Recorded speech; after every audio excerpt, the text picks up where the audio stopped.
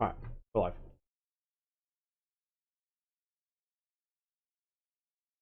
I'm eating popcorn, but that's okay. Don't worry about it. Don't worry about the consequences of my popcorn, because it doesn't matter. It doesn't matter. Hello, everybody, and welcome to Stream. I'm your host, Strim Tom. Today, I am adjusting my microphone. Holy mackerel! Cable's gotta go like over here. Getting in the way. Anyway, welcome everybody. Hope everyone's having a fantastic day. I am. I'm having a day. Fantastic or not, it's here. And we are going to be looking at Lamania. So that's currently where we are. Going to be going through some of the stuff here. But we're going to start with the patch notes. And then we're going to go from there to look at some of the stuff. In the meantime, I'm going to eat popcorn. Close this. And really, really loud music.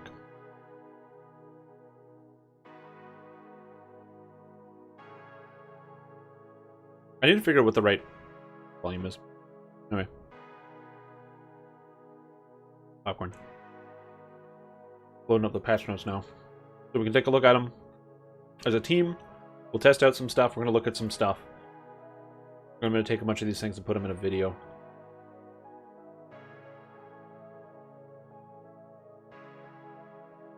Okay.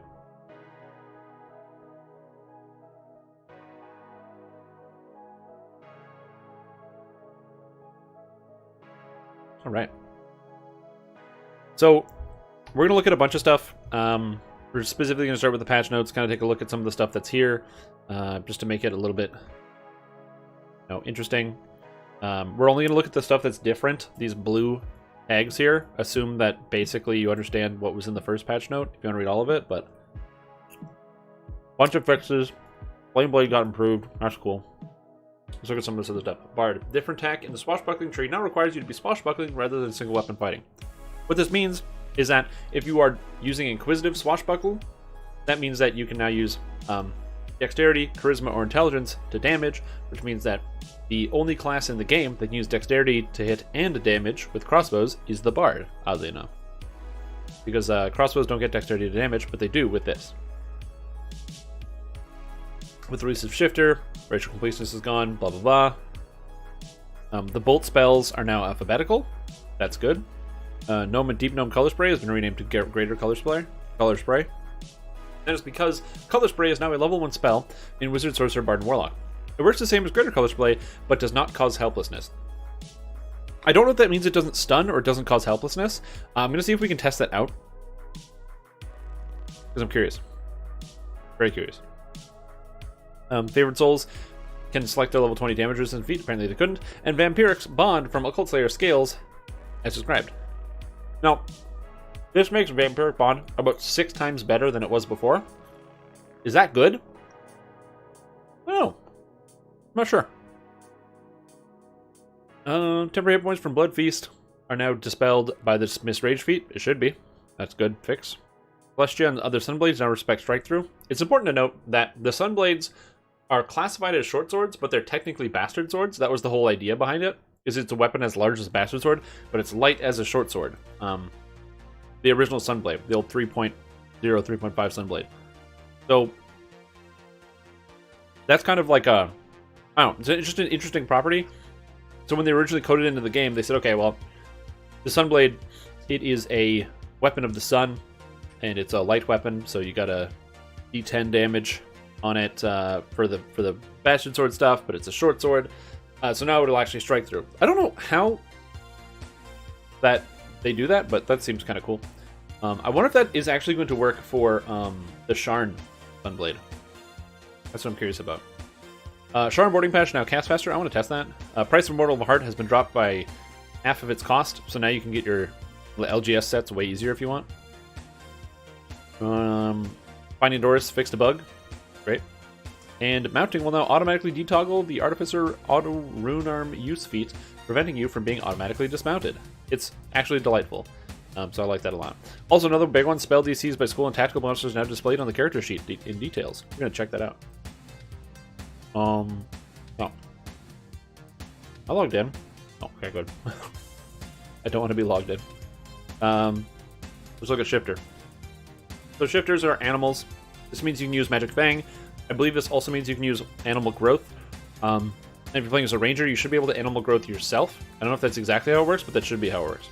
It's also important to note that all the different shifts were scaling off of their different main stat for duration.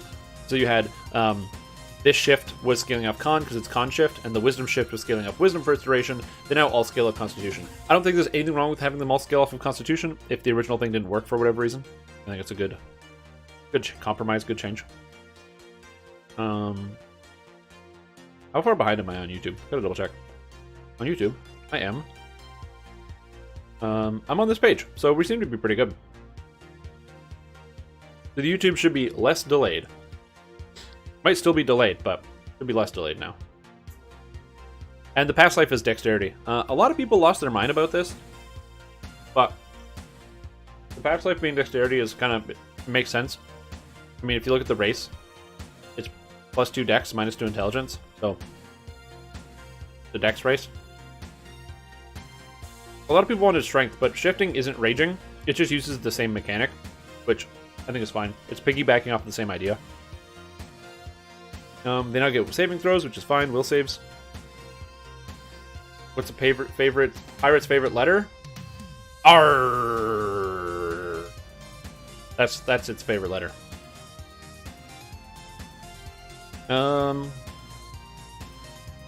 They changed the howls, so now howls. The way it used to be is they used to be like these AoE buffs that you would cast, and they had a charge system, and the charge system was not so great. Wasn't a huge fan. Now they're just a minute cooldown with 20-second uptime. I think it's really good. It's just better. It's just you can use it all the time. You'd have like 3 howls, and once your howls were done, they were gone, and also they weren't that impactful, so you would feel bad about it. But something not being impactful doesn't mean it isn't good. It means that it shouldn't be limited by how many charges it is. I'll give you an example. Haste boost is very impactful, so they like the attack speed boost. So that having a limited charge system kind of gives it a bit of balance. This is not as impactful as haste boost. Anytime, Sligo. Wait, I reviewed something that you did? Oh man, I don't even remember. Did I do that? Well, let's talk about this review. Because don't thank me for the review yet. I haven't even finished. What if my review is dumb? Also, they get Magic Fang and also Maul, the Druid spell. We're going to see how this works. It costs 2 life. Curious as to how that's going to balance with some of the different classes.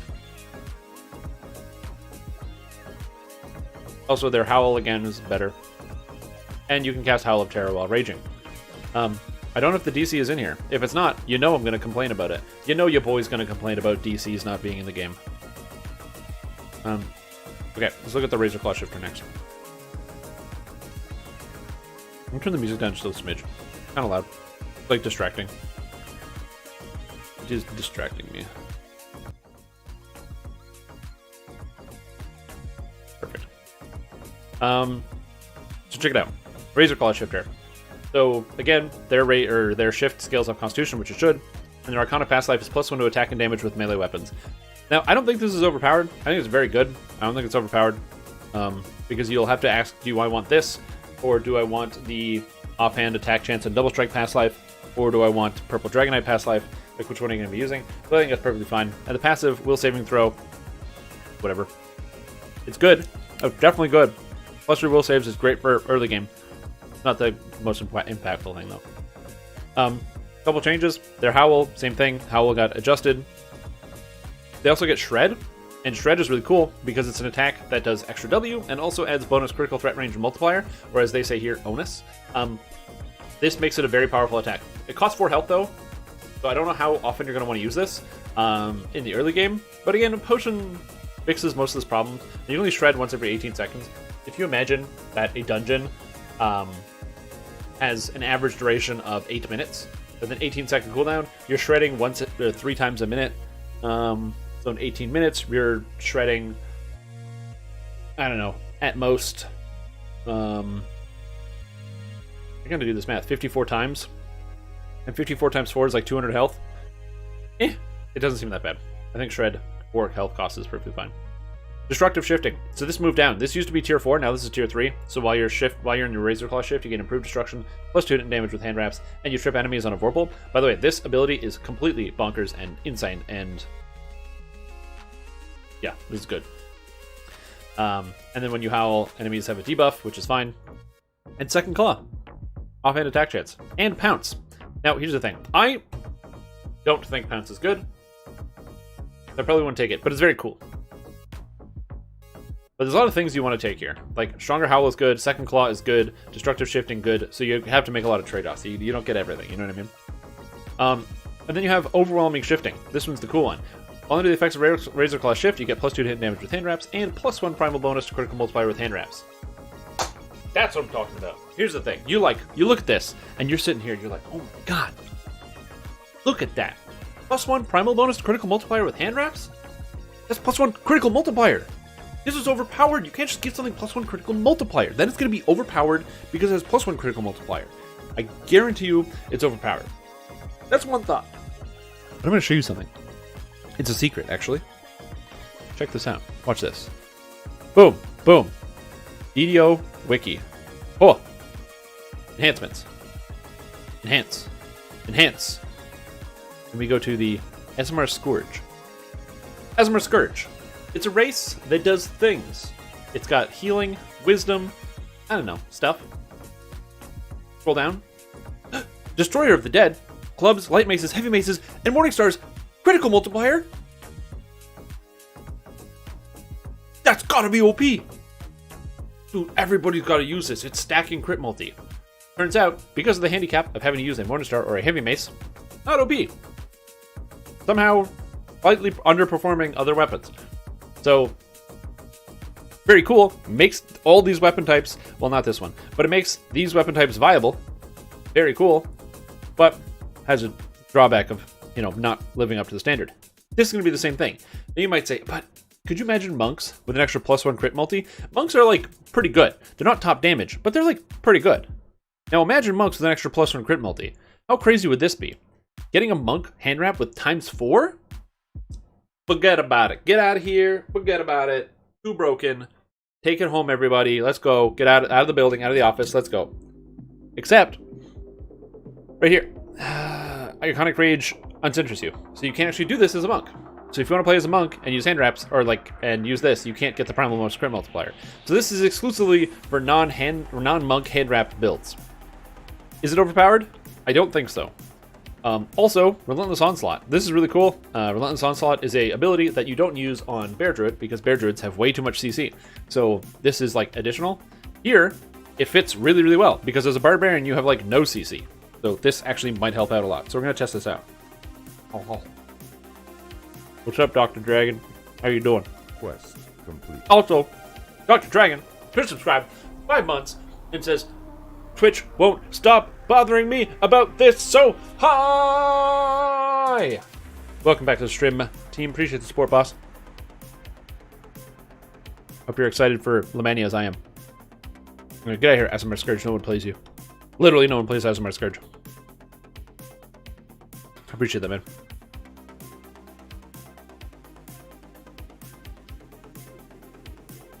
Yeah, I think that it should leave it alone. You know what I mean? Because there are people that just don't want to announce it. But then again, the interactivity of Twitch is one of the main points. Oh. Alright. So what's changed? You no longer in the cores get it used to be up here you'd get a bunch of spell power. Now it's spread amongst all the cores. So every core gives you 10 spell power, or 10 force and 5 universal. Pretty good. You get to pick your familiar. You get Greater Color Spray. Greater Color Spray is the same thing as the Gnome Color Spray. So before, there was no illusion spells in the street, and now you have Greater Color Spray. This is insane. And it kind of turns the whole thing on its head. It means you kind of want to take Quicken, so you may want to have a thing. No, we're going to talk that about in a bit. You played an Aasimar Scourge once? Dude, I love Aasimar Scourge, okay? I'm not shit-talking Aasimar Scourge. I think it's really good. In fact, it is top 3 if you're playing Ranger. I guarantee you it's top 3 Ranger. But it's slightly more complicated to gear. Getting the weapon sucks, because they're like all these weird raid weapons. And you have to play Asmar Scourge, which means you're iconic, and a lot of people don't want to do that. But it's really good. Alright. Now, you get, out of the Fade Arc Illusionist, Enlarge is now Core 5. And the Capstone. Ooh! Oh, the Capstone! That Capstone! Look at this! Master Illusionist. Active. Shroud you and your party members, regardless of the location. They gain 95% concealment for 10 seconds. Oh my god. You don't have Asmar Scourge? It's top 3 on Ranger, for sure. 100%. I don't think it's top 1, but it's top 3. And Ranger builds. So this is sick, by the way. This is the same thing as the back to the DDO wiki. Enhance. Renegade Master Maker. Capstone. Unbreakable Force Field. For 6 seconds, your party takes minus 95% damage from all sources. It's the same basic concept. Except this one's in a universal tree. How cool is that? And also this doesn't work against magic, whatever. Invisibility now grants you missile deflection. How cool is that? And top tier, what do you get instead? Instead of picking up Enlarge on tier 5, you get Displacement spell-like ability. Now, if I scroll down here, you're gonna see people saying like, I don't like Displacement. There's gonna be some other stuff. I don't like Displacement. Where's somebody else? Somebody else is gonna talk about it here. Displacement. I don't like it. I agree that I don't like Displacement. I don't like Displacement because it's a really good spell, and I think it's good. I don't use it, but it's really good. So I don't use the spell, but it's really good. You should... What? So anyway, for the record, Displacement being here is really good. We should not put it somewhere else. Don't put something else here. Displacement's good. Also, Shock and Awe with this Twitch Prime sub for 8 months. 8 months? I've never seen that name before. Did you change your name? And you have 1,000 messages.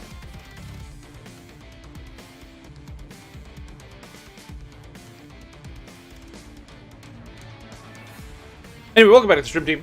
Appreciate the support. Illusory weapon work well for Swashbuckler? Yes.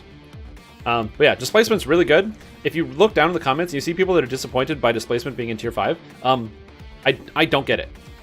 I don't understand it. I'm confused. I don't get it. It makes no sense. Displacement's really good. It fits the theme of the tree. And the icon's friggin' purple, just like the tree. Come on. And that's pretty much it. I'm not gonna look at the dungeons. Oh, name loot. So for those who didn't see it, alchemical crafting. So last preview, they had these special weapons you could get. So you could get the alchemical weapon, and then they would all be set. And people were like, no, we don't want set weapons. We want to pick our weapon daily.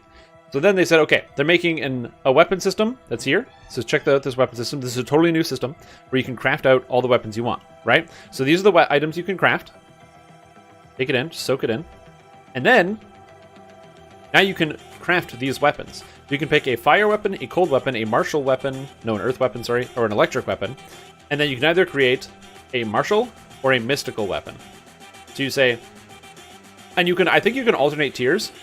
Yeah, you can also alternate tiers. So you can say, I'm going to take a Flaming Blast, Fiery Detonation, Alchemical Strength, or Charisma weapon, or Fire Lore Combustion 219, Improved Fire Augmentation, and Alchemical Fire Attunement. Or you could take tier 1 here, and then you grab the tier 2 on the mystical, and then you grab the tier 3 up here. You can mix and match between the two, but it means you can customize your own weapon. Or offhand. Important to note, all of these weapons can't be sentiented, but that's the limitation of a crafting system. If we're crafting it, you don't sentient it, so you have to kind of choose between what you're doing. Which means that a lot of people, because sentient weapons are very good at the level 30, that you want to have that main hand in place. You're also going to notice here, there's no two-handed weapons, other than the ranged weapons. Don't worry about the ranged weapons. Oh, are the ranged weapons gone?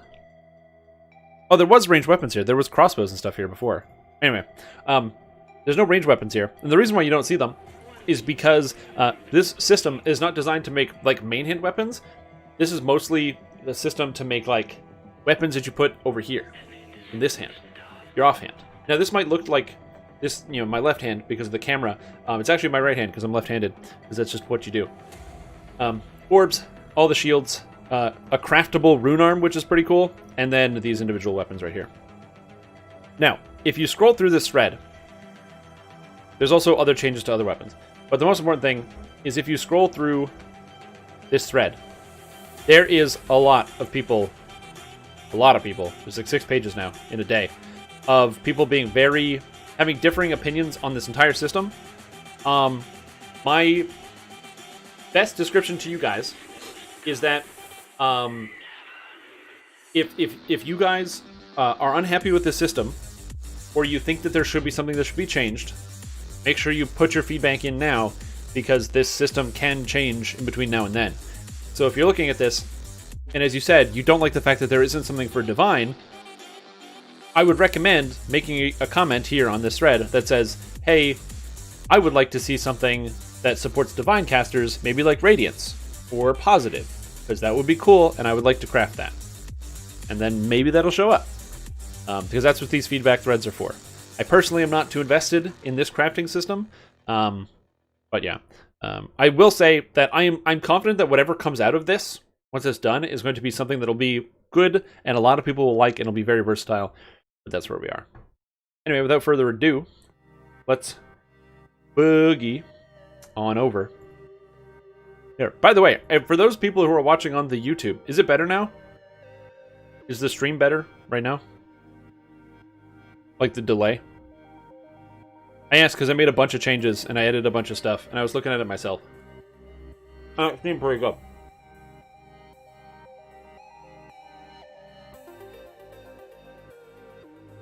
Alright. So, we're going to be looking at some of the new changes. Some of the new effects. Fade Arc Illusionist is potentially one of them. There are a couple bugs I've already found. So, bug number 1. Oh, on Twitch it's fine. Twitch is fine. I'm streaming to Twitch and YouTube at the same time. On YouTube I didn't even have a delay when I was watching it myself. And I'm in-game, so it should be fine. But, here. So, there are a couple bugs in the Fade Arc Illusionist. If you try it out, you are going to find these things ahead of time. So, bug number 1. This. Improved Shadow Blades. For whatever reason, if I have, like, a spell here, so there's Kobold here, right? If I cast Shadow Blade, boom, it applies 3 stacks of Shatter Mantle. But if I do anything else, it applies 1 stack of Shatter Mantle. That's a bug, I think. It's supposed to do 3, but it only does 1 after the first. Probably a bug. I'm doing my best, you know. Boom, Random Storm. Hey, what's up, Storm Blossom? How you doing? Does double streaming take double the bandwidth? No, just 1 bandwidth. GDO's taking up all the resources. Yeah, I think there's supposed to be Bull Roar next week. Or something. Storm Blossom just subscribed with Twitch Prime for 3 months. Thanks, boss. I hope you're having a fantastic evening. Welcome back to the stream team. Appreciate the continued support. So now, there's also displacement. Again, look at the coloration. This was made for this tree. Purple. Purple? Purple? What color is this? You know? So, I think it's great. Big fan. And of course you have Master Illusionist. I assume this just works off the same channel. But we're going to test out some of this stuff. The first thing we got to do is reincarnate. So we're going to do that. Displays an SLA or passive? It's an SLA. Why? Why is this weird? Imagine you're playing Favored Soul. Or Cleric. Or Paladin. Or Ranger.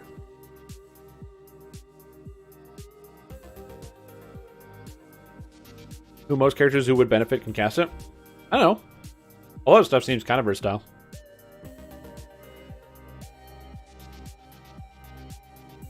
It's a universal tree, so I can't blame them for having a displacement spell-like ability. It's also very powerful. You mean number between 1 and 50? Oh, I don't know. 16? Good illusionate spells for the tree to feel good. Yeah, but you have to understand, nobody has enough illusion spells. There are not enough illusion spells in the game. So, they get greater color splay, and you get Shadowblade, and you get Ring of Shadowblades, and you get Fan of Shadowblades. One thing I would love to see with this is the expansion of more illusion spells. We have a bunch of schools that could be expanded upon, and I'd like to see that come in the future. But overall, the tree is reasonably self-contained, and displacement kind of fits. Besides, Barbarian, Ranger. Ooh. Done. Your Ranger's going to be really good with this tree. Okay, I gotta unbreak my character. Can I cap? No. Who do I talk to? This guy? Oh, shoot, the lag. YouTube is 2 minutes behind? See, I was watching it on YouTube, and I didn't feel like it was 2 minutes behind.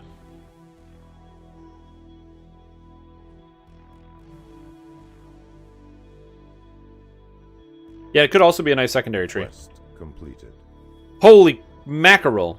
Dude, I'm trying to, like, level up as Alchemist, and then this guy, How We Doing, just slides in here with friggin' 25 Quest gifted subs. That means that basically, if you're watching the stream, thought 16, but 25 seemed better. Holy crap! Quest complete. I didn't understand the game we were playing, but I'm glad I'm playing this game. Holy shit, dude! So welcome to the stream team. Quest. A whole bunch of people. Shizlak, Bookworm, Hidden MVP, Technical 13, Tribal 33, Lord of Dings, Ayo, Sajayon, P1 Maha, I'm Eating Popcorn, Wolfen 324, Argmail, Zarech, Zemos, Topherman, Warblewind, Selvian Ritz, Cloudnera 7, Matt from Produce. Matt from Produce, that's funny. I Am Psycho, Dalvman, SCP Red Mage, X Phantomus, and Rock. Welcome, everybody. Holy mackerel. Dude, that's so kind of you.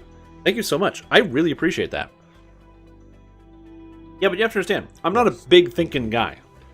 To be fair, I really wanted to say 69, but then my first reaction is I was like, oh, wait, I can't. That's not within the number range that I was told to say. Quest completed. All right, so I need a Heroic True Heart of Blood. I'm going to brick this character real fast. Can I get shit in? I got to get some shit out of my inventory. Hold on. I need a guy. Where's a vendor? This guy. One viewer who isn't subbed. Yeah, that's it. Quest completed. That's what happens when you dodge. Add all items. Do I need any of this stuff? Probably not, right? This is all garbage? Yeah, I don't need any of this. If there's anything I need, I can get out of the store. Completed. Holy shit, dude. And you just gifted a sub to Hlurndal. Welcome, everybody. Welcome. I hope everyone's having a fantastic day. I am doing pretty good. I'm just yelling here about some of this stuff. And then you got How We Doing just dropping crazy subs in the chat. My god, dude, thank you so much. I hope I'm going to make your evening a little bit better. And if I'm not going to, well, by gummit, do I feel bad. As you just keep dropping subs. Papa Zuzu, welcome to the stream. That's too many. Holy mackerel. Quest. Important note, as I was talking about, displacement as a passive would be kind of ridiculous. I think one of the reasons why they put displacement up there in the first place is because, think about it like this. Who wants displacement? Everybody. And you know how people get displacement? They go for clickies. They make legendary green steel clickies. They do all sorts of stuff for displacement. It's a very hotly wanted thing. Why can't I reincarnate? Did I not do the thing? Did I just get halfway through and just log out? I thought I did the thing.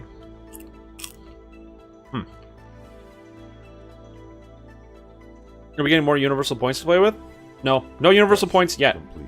There might be. I don't know. Maybe when the expansion comes out, it'll be universal. Apparently I didn't do this.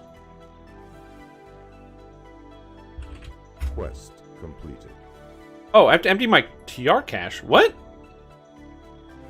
I have a TR cache? How do I have a TR cache? Quest completed. I thought when you transfer, you don't get a TR cache. Whoa! How did my TR cache transfer with me? Ah, shit. Quest well, complete. I guess we're emptying this. Oh. Need to avoid enemy attacks by piking at the start. That's a very smart way to do this. Also, How We Doing just gifted another sub to Browsing Monkey. That's insane, dude. Insane. Quest complete. Thank you so much. That is super duper kind of you. Unbelievable support. Unbelievable. I don't believe it. I am in disbelief. Quest Um, received. The new tree is in fact universal. So it is the Fey Dark Illusionist. We're going to be taking a good time. Quest But unfortunately, Bank is failing right now. Which might sound all too real, depending on where you live. But I'm just going to eat popcorn and chill. Quest. But yeah, the first thing we're going to do, I want to check out that new shifter, the Blade Claw shifter. We're going to check it out. We're going to equip some stuff. We're going to kick some ass, see what's going on, see what's happening. Quest complete. You know, get some fried fish, have a good time. You know, figure out what's up. But it's going to take a little bit of time to do that. Because I didn't realize I would have to do this. I'm also going to try to sell as many of these items as possible. So not in my TR cash again. Holy crap. It was too much work. There's all these raid items, I don't care. I can just get them from the vendor guy. But yeah, the goal here is to take a look, explore some of these ideas. How good is it? Does it feel good? Does it feel fun? Is it too early to fire up Hydrate? Absolutely not. That's what I got the water for, man.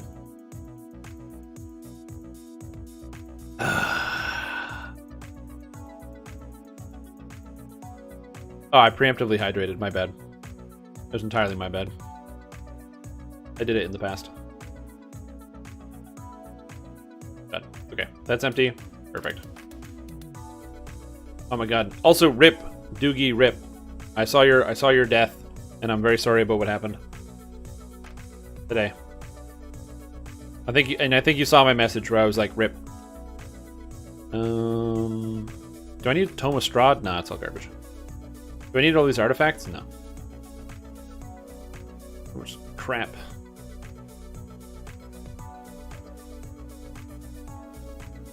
So much crap. It's actually kind of crazy how much crap you can shove into your character's inventory. Do not need Sword of Shadow. Deathwalker Cloak 2. That's a good looking cloak. Get rid of this.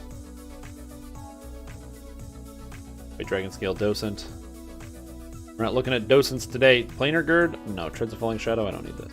Goodbye, Planar Gird. We gotta unlock it. Okay, make a new druid with chains. Okay, can you chains while in animal form? Because I didn't check. I wasn't sure. I'm genuinely curious, but I didn't find out. Just for more storage as we speak, yeah. Get rid of this. I don't need gibbers because I have points. This is Lamania.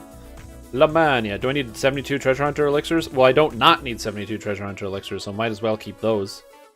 I don't need XP items. Don't need this. Don't need sovereign pots. 40 sovereign pots? Goodbye. Get out of my inventory. Close. Problem with, like, just dragging a character is you have to, like, completely redesign everything. Need a Scorpion certificate. Yeah. Yeah. Get out of here. I could make a bunch of these shield things and the Tome of Binding. Probably could do that. I don't need more horses. Okay, there we go. Plots. Done. Try this again.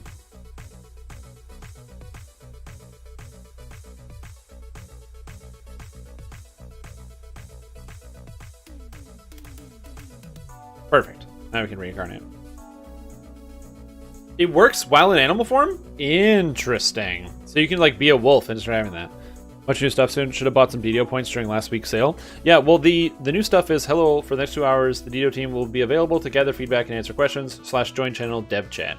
There's a dev event going on right now, so the staff that make the thing that we're playing on are on the game, and they're talking to the players. So if you wanted to have the opportunity to tell them direct feedback and you don't feel like posting it on the forums, which is a good place to post it for the most part, but if you don't feel like it, that's also a good thing you can do. Mist, what's up? How you doing? How's your evening going? Razor Claw Shifter. That's not a shifter, that's a tiefling. A rapier-wielding bard that can harness the power of fire. What? Madness. I am a scoundrel, a duelist, a fiend, a prodigy, and I will prove to you that I am strong. I gotta say, I really like the face of the shifters. I don't know, there's something about it. It's so bestial. It's so good. Just make a beefy shifter. Ooh, all 12s? I don't know about that. Alright, so we're making a strength-based shifter. Now, you need to make sure you've got all the appropriate feats. What do you take on a shifter? You take 2 weapon fighting, improved and greater, improved crit, because I'm making an unarmed shifter. You need constitution for the rage. Do I need intelligence for anything? On barbarian? Probably not, right? Like, I don't need skill points. I'm not taking any intelligence-based feats or whatever.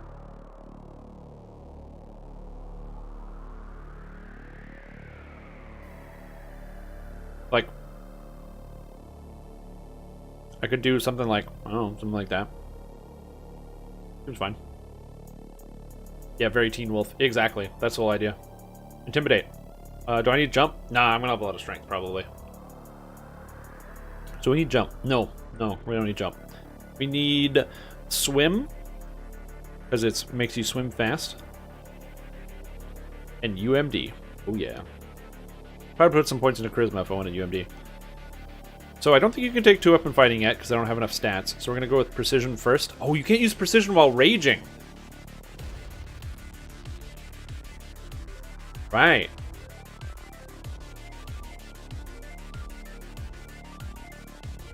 Huh.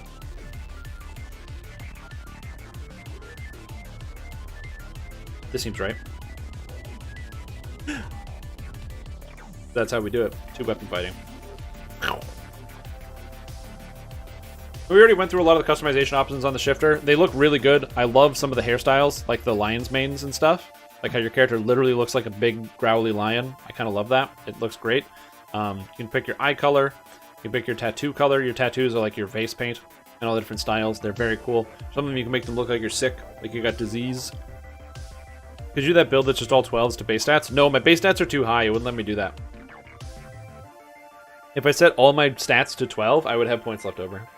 I think. Quest received. No, actually, no, I can do that, because it's... No, I can't. I can't. It's too, I have too many points. Also, Kelendros, welcome to the stream. Hope you're having a fantastic day. He does look pretty Planet of the Apes, doesn't he? Yeah. Alright. Are you guys ready to Razor Claw some Shifter? So, unlike last time, where we were just testing out the abilities, I'm going to make a Shifter, and we're going to go test out the character. We're going to go do some shit. We're going to go do some quests. We're going to fight some monsters. We're going to test out everything. Because in theory, first time, when we were looking at the tree, there was like a bunch of stuff, there were problems with the tree. Now I want to see how good this character actually performs. We're going to do that in a couple different ways. One, we're going to test out the new Vampiric Bond with the Cult Slayer. And we're going to be using the actual iconic Shifter tree with a little bit of probably either Frenzy Berserker or Ravager. Haven't figured that out yet. We don't have Power Attack on this character because Power Attack is not good when you're not using a two-hander. We'll figure that out. What's up, Summer? Yeah, except my Barbarian training. Do it! Bet you can't see what it looks like without... Oh. It's bad you can't see what it looks like without your gear and glam? Oh, like brand new character? I'm gonna use the base shifter stuff. So you're gonna see what the items, like what it looks like when you get the new stuff. If you're talking about like the past lives and things, I mean, it'll just be slightly less performative as my character, basically. So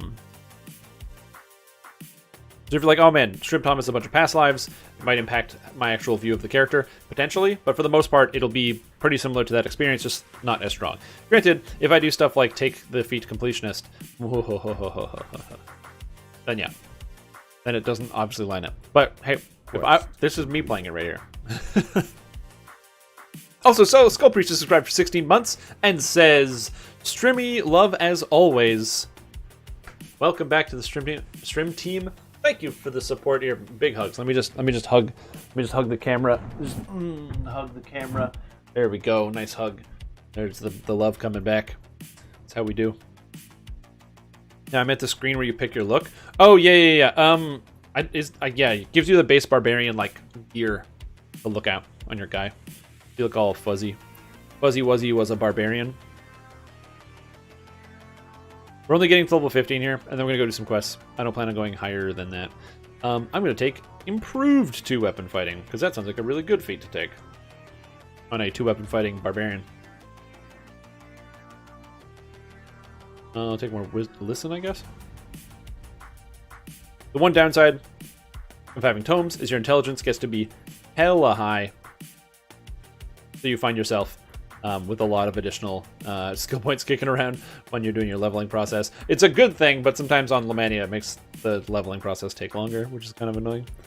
I'm 9, so we take improved critical. Important to note that you take improved critical bludgeoning with this character. Hand wraps are bludgeoning weapons, so if you're playing as a bludgeoning hand wrap shifter, you need to take improved critical bludgeoning. It is essential to the process. If you don't take that, you are going to run into problems.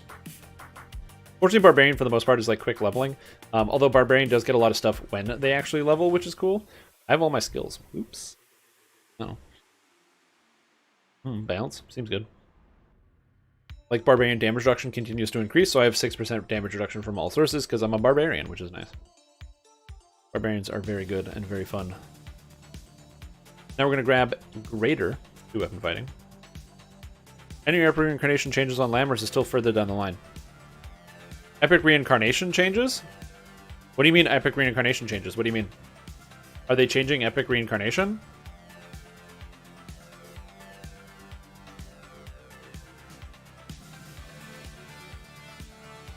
I didn't heard about that, but if they are, I don't know. I don't think so. Alright.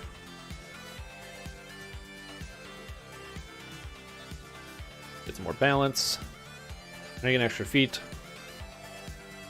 I'm going to take Disciple of the Fist, because it gives you extra unarmed damage, which seems kind of good. Changing how Twist of Fate trees work with the expansion, so it won't be boom 21 and you have it all anymore. I don't know what you're talking about. I definitely have all the trees. So, I don't know. Okay, so now we're going to get the Razor Claw Shifter equipment. All this good stuff. Here we go. This is all the base armor. Unfortunately, the actual armor that the shifters are supposed to get, this is the Hunter's Hide, the actual armor is not currently in the game yet. Oh! Maybe it is! Look at that. Look at my shifter armor. Oh, so feral and bestial.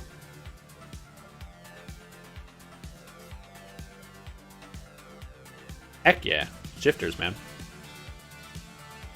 And I have hand wraps that you start you with as well. How good are these hand wraps? These are the starter ones? Hunter's wraps. Piercing and slashing, but they don't deal piercing and slashing damage. They just have extra piercing and slashing damage on it. That's kind of cool. Oh! Dude! Come on! Look at that helmet and cloak situation going on right now. This character looks great! Are you serious? This is awesome. I love this base cosmetic. It's so primal. This is awesome. I love that. Man, do you remember when cloaks were coming out? And there's a bunch of people like, we don't need cloaks. Cloak bad. I love cloaks. They're sick. Oh, man. Alright. So now we gotta take a look at a bunch of things. So this Razor Claw Shift...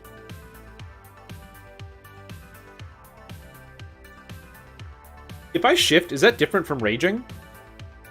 Hold on.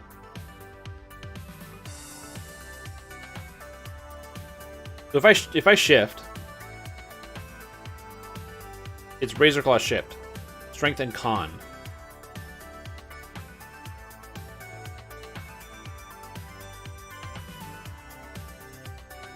Wait, what?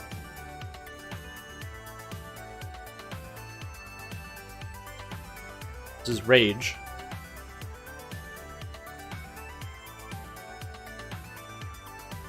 You still get the greater Rage offense. Okay, so the Razor Claw Shift doesn't do what it says it does, so that's another bug. Completely changing? Oh, I like it. I don't know, I definitely like it. Look at this animation, too. Look at this running animation. Oh, look at this guy. I love this running animation. He's like on the prowl. What does the sneak animation look like? I'm too enraged. I gotta stop raging. Oh, man. It's very similar sneak animation, but it's got some... I don't know, it's got like a more hunched look to it on the sneak animation.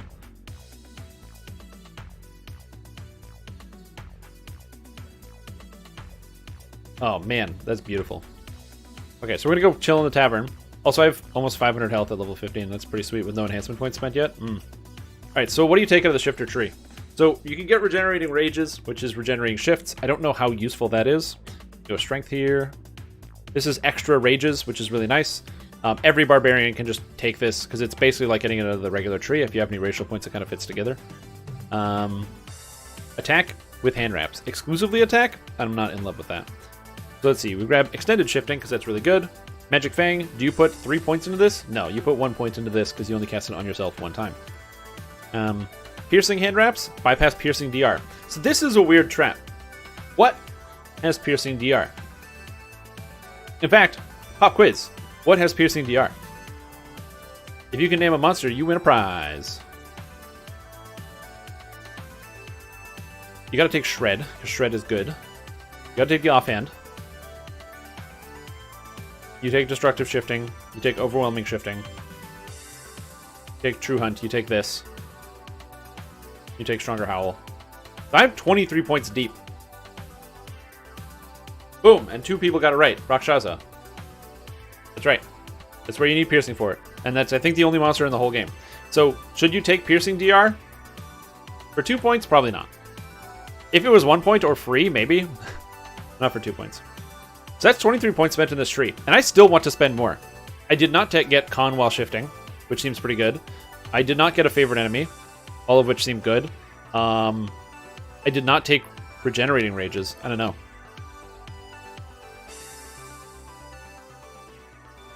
Let's see here. Does this stack, this Barbarian Rage? Hold on. Okay, so I shift, and it lasts for 2 minutes and 46 seconds. Turn it off. Now I shift. Whoa, that stacks! What? This stacks. That's crazy. I didn't think that's how that would work. What are you grabbing? You grabbing this, you grabbing this. I'm doing a Cult Slayer because I think a Cult Slayer is interesting for this type of character. Defense. This is bad, this is bad, this is bad, this is bad. So Doge is pretty good. This is good. This is good. Vicious Strike is not really good, but better than nothing. And now, Vampiric Bond test. I want to test the new Vampiric Bond. The Occult Meta line is God tier because it means that now my hand wraps bypass all DR, which is good. Crimson Foot Spiders. Yeah, but you're not supposed to hit. You don't hit the Crimson Foot Spiders. That's a problem with that one. One Spirit. I don't think you need to put more than 2 points into one Spirit. It scales off of melee power. You get extra health. It's not bad. And there's also Seeker Strike. Oh man. This is an expensive tree. There's a lot of things I want to get all over the place. I haven't even put points into Frenzy Berserker or Ravager. Whoops. I guess we'll get a point of Con. It was fine. And then I get a point of Universal Tree. This is my Barbarian. Character seems okay. I mean, I have friggin' 700 health non-raging. While raging, it goes up to 670 because of all the extra Con that I pick up. However, this shift is not supposed to give me Constitution. It just does. And the shifts last for almost 5 minutes. So this seems kind of crazy. Interesting. Alright, we're going to throw some stuff together and actually go and do some quests. So I can cast the spell Magic Fang. I can't do this while raging, so I need to make sure I do not do this while raging. So I unrage. Does this work? Magic Fang. Yeah, it does. This gives me an extra plus 4 hidden damage right now, or plus 3 hidden damage, which is just good. So that's pretty rad. We have Relentless Onslaught, which costs 15 life. Relentless Onslaught is really powerful. It's essentially a knockdown that never goes away. Shred is a good attack with crit multi, or crit damage and multi. So we're gonna take that. Seeker Strike. This depends on how much weapon bond you were able to generate. I don't know how much weapon bond we'll be able to generate, so we're gonna have to check that out.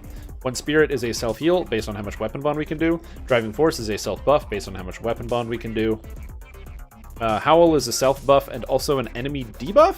This increases attack and reduces armor class of enemies. That could be good. And we have Vicious Strike, which you can just use all the time, which gives monsters feedback so they take damage when they cast spells at you. Seems pretty neat. I don't think if there's any special pass lives I need to put out here. Maybe, you know, Double Strike. That'd be good. Enchante Weapon. Brace and Ancient Tactics. Does this still give +2 to hit and damage? Wait, what? Wait. How many stacks of this do I have?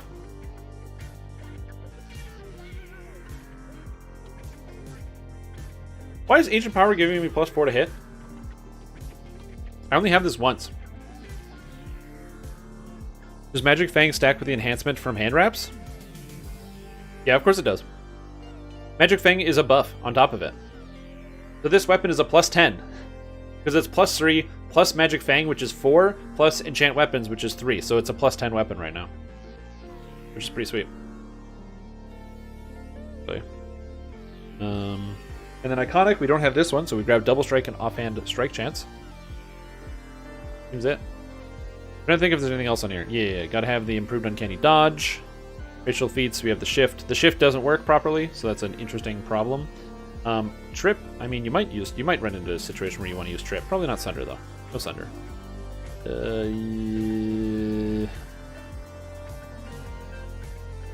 I don't know. We'll see. Alright, let's go run some content, see what happens. I have no idea how much damage this character is actually going to do. There are a couple problems with the shifter right now that I can see. No action boosts, so that make it tough. I can shred in town, which is very weird.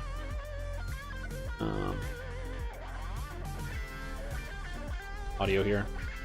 And we're also going to took in cool downs. Let's test out the shifter, shall we? Where do you test out? Oh, and I'm gonna go grab ship buffs real quick, because that's how I would have it. Can you shred with the guitar? Technically, yes. You can get the Moonhowl Axe, which is a big sitar-looking thing, and then you can use shred with it. So you technically can.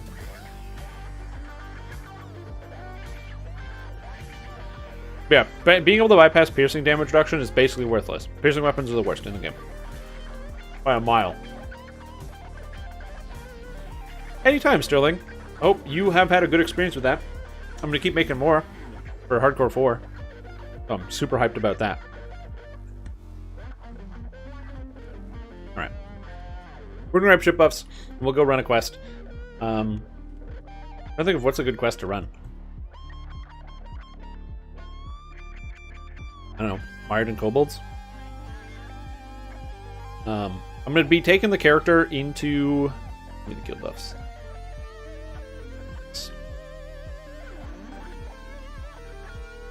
I'm going to take the character into a quest and see what's up. See what happens. See what the damage is like on this character. You need a quest where the monsters have like a reasonable amount of health. I will say a couple things that are like alerting me right away. My hit chance is 44 right now, which is kind of low for a character of this style. I'm not exactly sure why. I think I don't have an accuracy item on. So I think, yeah, I don't have accuracy. I have Deadly 1, which is kind of weird. So I think some of the gear on this character is not either finished, or they're still working out some kinks out of some of these things. Like, this is not like a Sharn geared character. One of the reasons why I don't want to go ahead and tackle Sharn with this one. But yeah, we're gonna go see what we can do. Can we shred?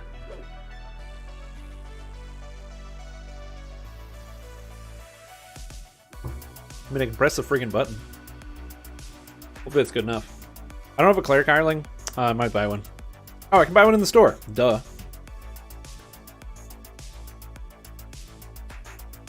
Come on, Cleric. Cleric. No, these are too high. Yeah, Belith, Vorik, you got it. First Cleric, I can see. Thanks. Alright, I'm in a public zone. It's one of the nice things about being on Lamania is if you have to go to town to buy something, you can just like do it conveniently. You can just like throw the thing on. How goes the pandemic? It's rising. Tell you what. More people get sick every day. It's not great. So we Razor Claw shift, and then we go in for the rage.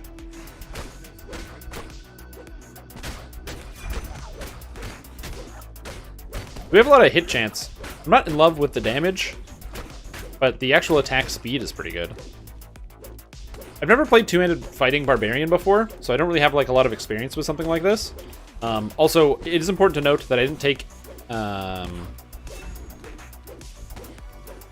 there's a lot of abilities I didn't take. So, for example, I'm, you know, a Cult Slayer, so I don't have a lot of the base damage. Wait a minute. Does True Hunter still not work? Saves versus enchantments 9. Saves versus illusions 4. Okay, maybe this does work. I was always cautious about this ability. Do I have plus 10 to spot? What's my spot right now? Spot. Yep, I have plus 10 to spot. Alright, so that makes sense. That does work. Do I have the crit multi right now? No, I don't! Oh, this ability doesn't work. Overwhelming Shift doesn't work. While under the effects of Razor Claw Shift. So I don't get plus 1 primal bonus to crit multi. That makes me sad. 2 people from your work tested positive? Holy mackerel, man. Good luck. Stay safe. Oh, that howl takes way too long. That is way too long.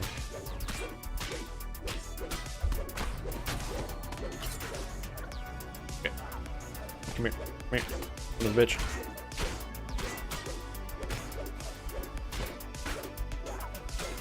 Yeah, damage seems okay. Obviously, I'm missing some DR against these guys.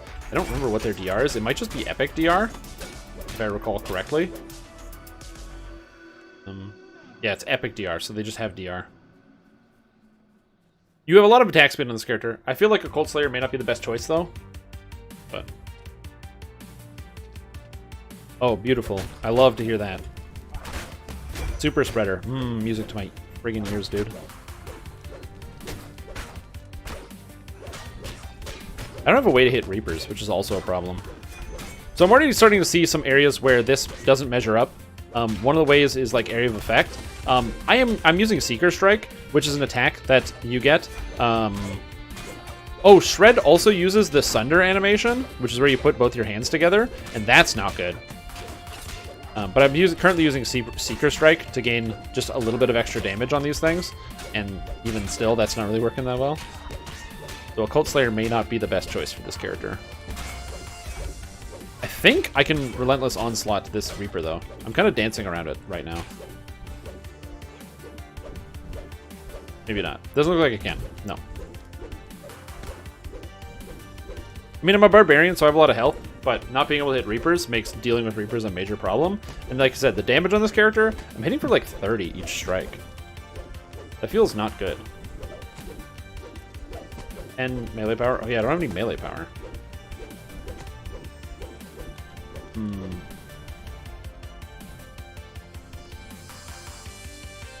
This feels very slow. Just take a deep breath before you can howl. I love the howl. This one? That's great. I love that. Does it actually debuff enemies? It does. Neat.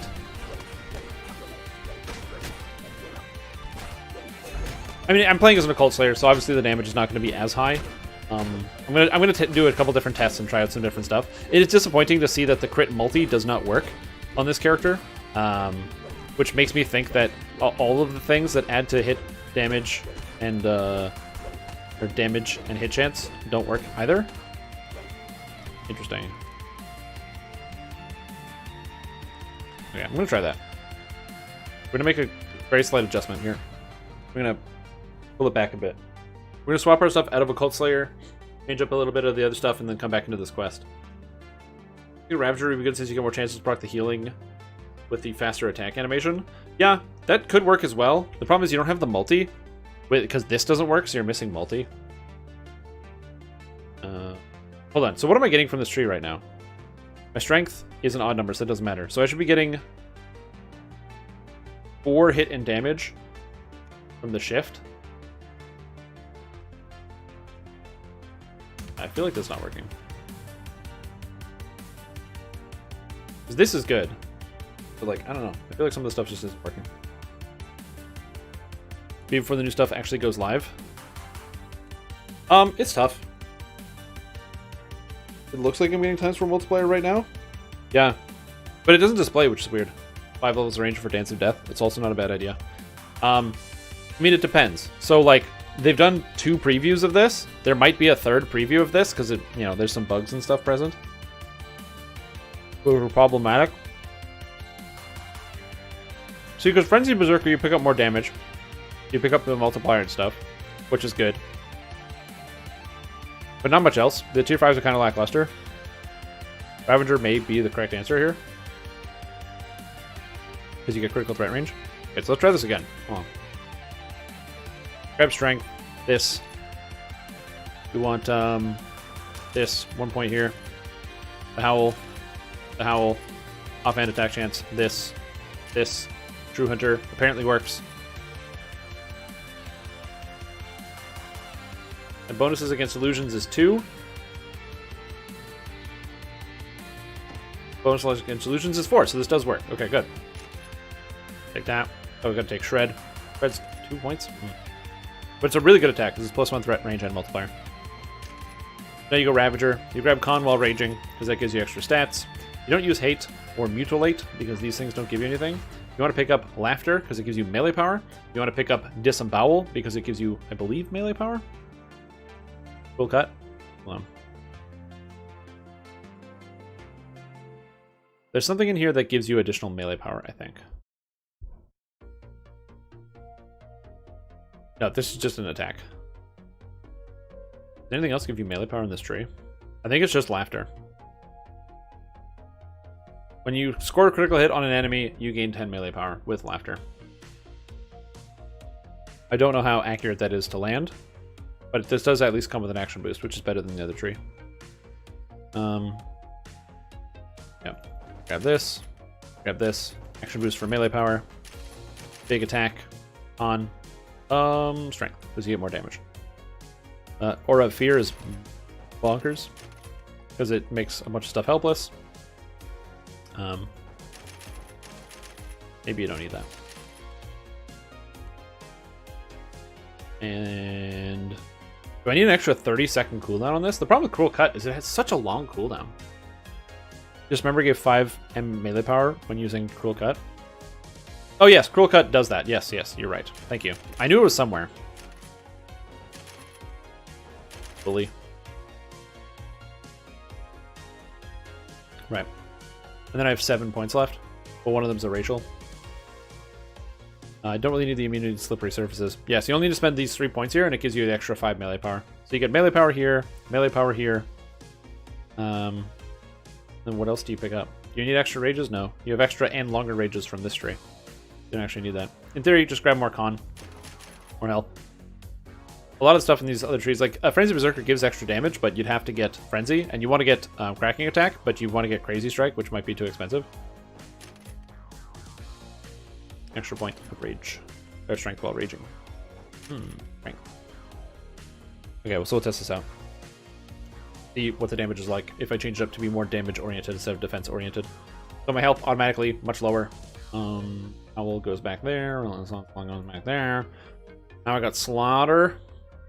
We use Slaughter all the time. Slaughter's like one of our main attacks. So we want to be using Slaughter, Shred, and we want to be using Cruel Cut on cooldown.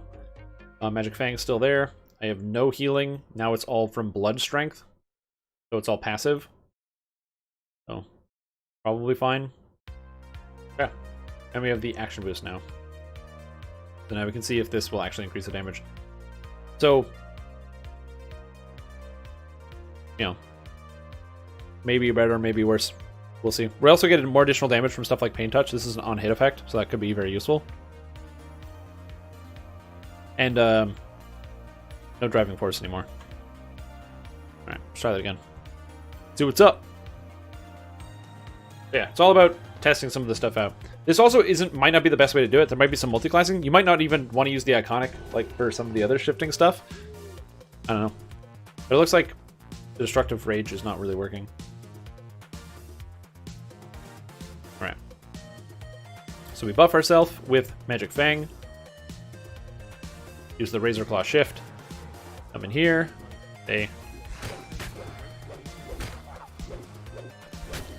And my damage is dramatically higher.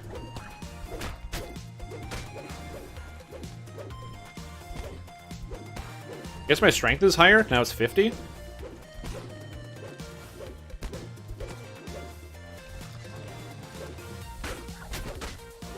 I'm also healing a ton. I don't know if you noticed those big numbers that I'm healing when I'm killing people.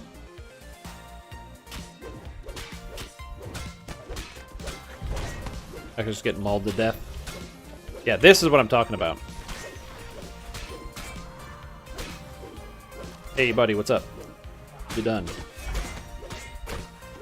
Yeah, there's no AoE here, obviously, but the single target damage seems really good. This feels great.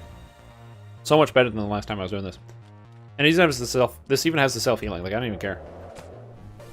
I don't need that guy. Because of all the self healing you get whenever you kill a monster, and also on individual strikes because of all the extra damage. I don't know how much double strike this character has currently. I think 0 probably, or close to it. I don't know, man. Damage feels pretty good.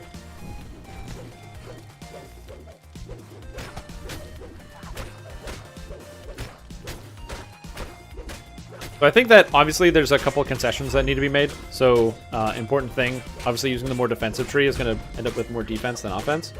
But just the fact that because I attack so quick, I'm landing just so many hits on enemies. So I think it's very easy to say with this tree, with the crit multi, very visibly not working.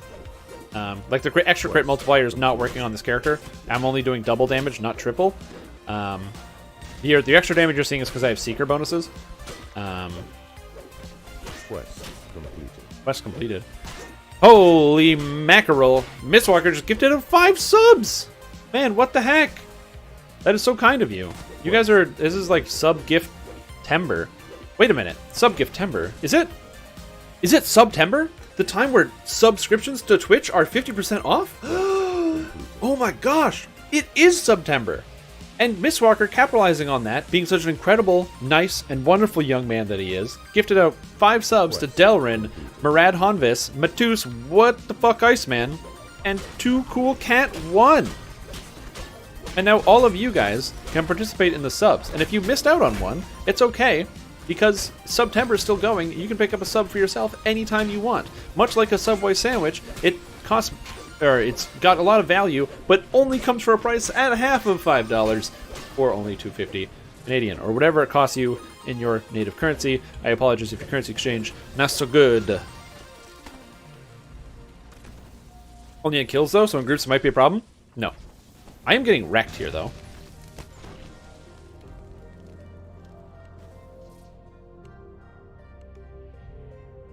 That was very annoying. No, the self-healing is not only on kills. The self-healing is on hits and kills.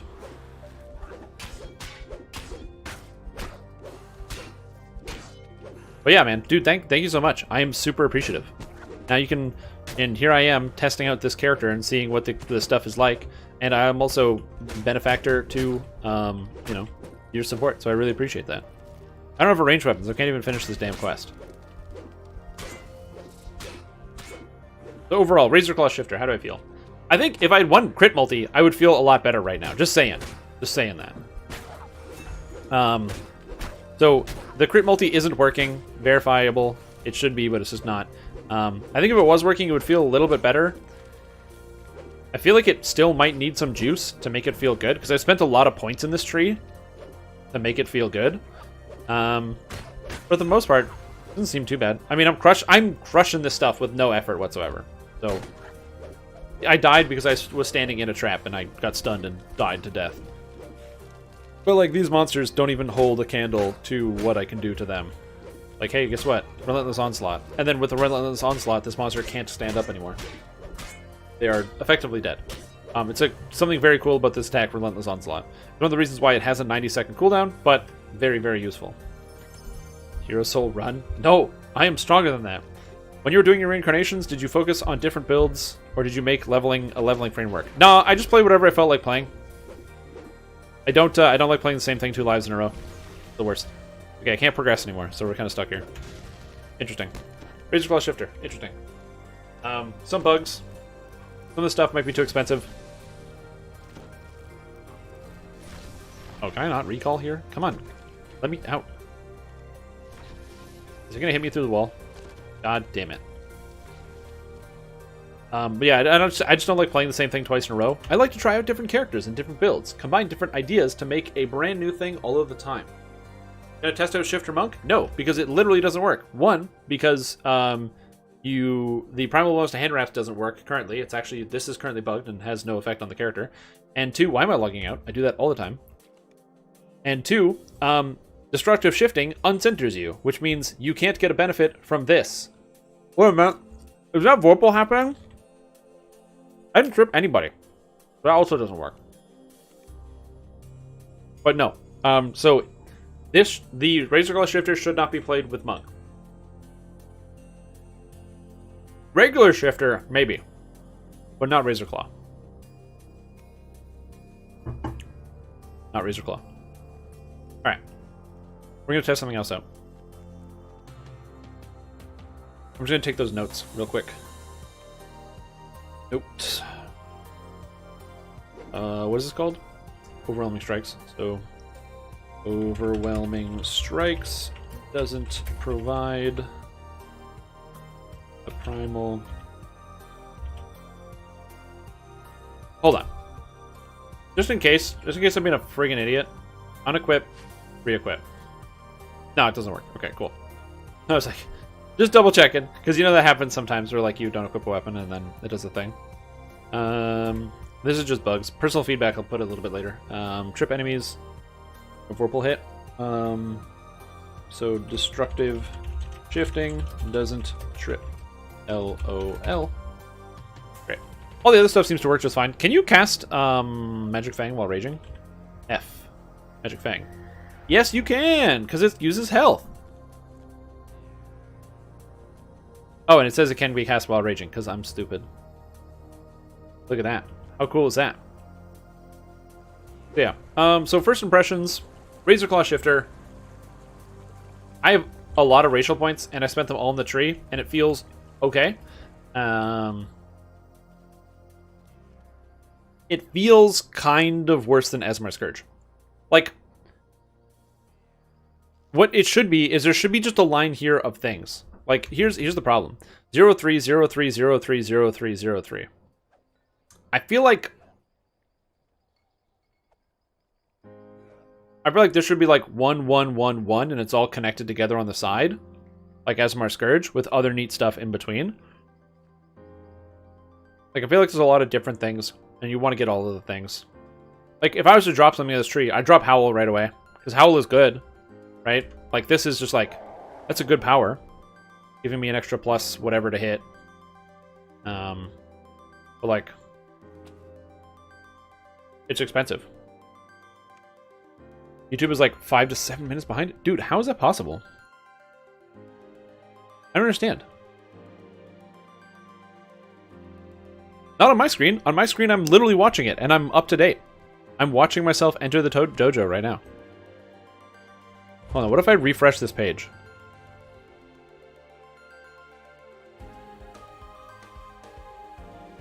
Refreshing the page, I just went into the dojo. I'm going to refresh the page, and I'm in the dojo. And I'm refreshing the page, and I'm in the dojo. It definitely doesn't seem 5 to 7 minutes behind on my screen. This seems like very up to date. It might just be YouTube sucking. I've heard a lot of people complain about YouTube streaming just in general. In an iconic Heart of Wood. We're going to ditch this, and we're going to try out some regular shifter.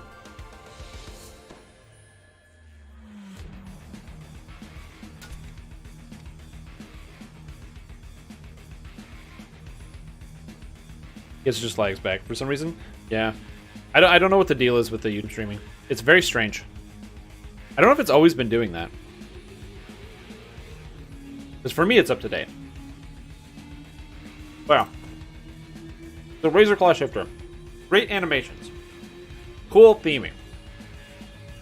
A little weak. 3 is kind of bloated. Stuff doesn't work. I know.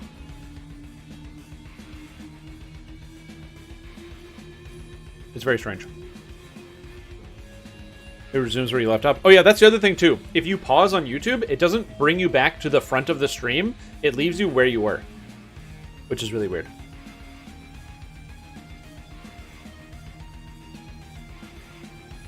Yeah, I want to do some more testing with the new Universal Tree as well.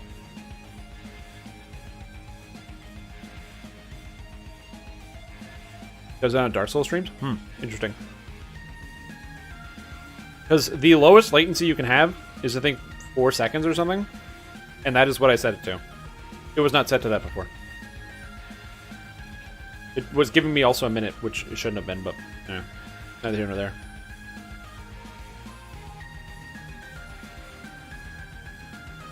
Alright. Get rid of some of this garbage. Blah, blah, blah, blah. Just so I have less stuff to reincarnate with. Deleting stuff that I don't need. I don't need this.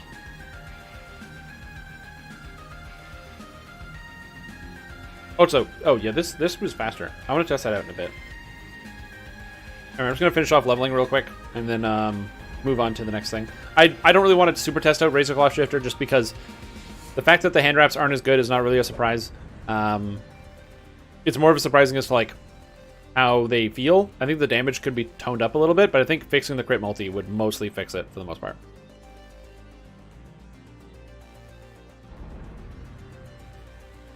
I don't want to be a rogue. Get out of here, rogue. But I was mostly testing for like theming, seeing how something felt. Feels pretty good overall.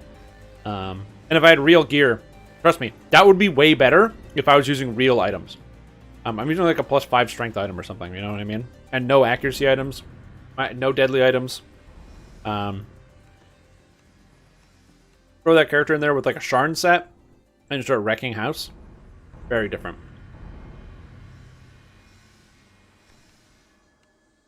Can you get Sharn mats on the server to craft this stuff? Like, can you buy the caustic compounds and stuff and all that other things? Which is doing more damage than your Falcon Monk? There you go. Oh, I'm level 20. Nice. I'm just taking random stuff to level up. Oh, shoot. Come on, buddy. Nope.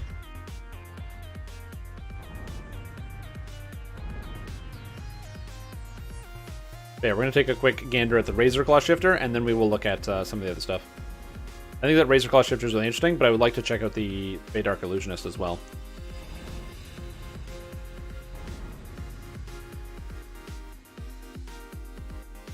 There's just a lot of good things that are coming out soon-ish with these, you know, the new class and, or not class, the like Universal Tree type thing, the new race, Sizz, and I'm hoping to see some good stuff out of the other tree. Oh, that reminds me, I didn't check it. Avoidance. Spellcasting? My spell schools! Look at that! Evocation, Illusion, Conjuration, Necromancy, Abjuration, Transmutation. Finally, we can see that! Look at that breakdown! Yes! Melee combat. Nope. General combat? Stun, Sunder, Trip. Now you can see it on your character. You can see what your bonuses are. God, that's so good now. I'm so happy. The stat page is getting better and better. When the stat page first came out, it was missing some things, you know? But I had faith. I had faith it was going to come, and now it's here. So now, when I make videos, I can actually, like... You know what's really annoying? When I made that Sorcerer video back in the day and talking about Fire Sorcerer, and I was like, yeah. Fire Sorcerer, best thing ever. Here are my stats, here are the skills, here's how you do this. But I wanted to have like a breakdown of what I had, and the math is really fuzzy sometimes, and that just takes all the fuzziness out of the math. You know what I mean? God, that's so good. I'm not a race. Iconic. Oh, yeah. Okay. Ah, shh. Oh, lesser reincarnation. Epic? No. Brew? Complete. Complete reincarnation reset timer. There we go.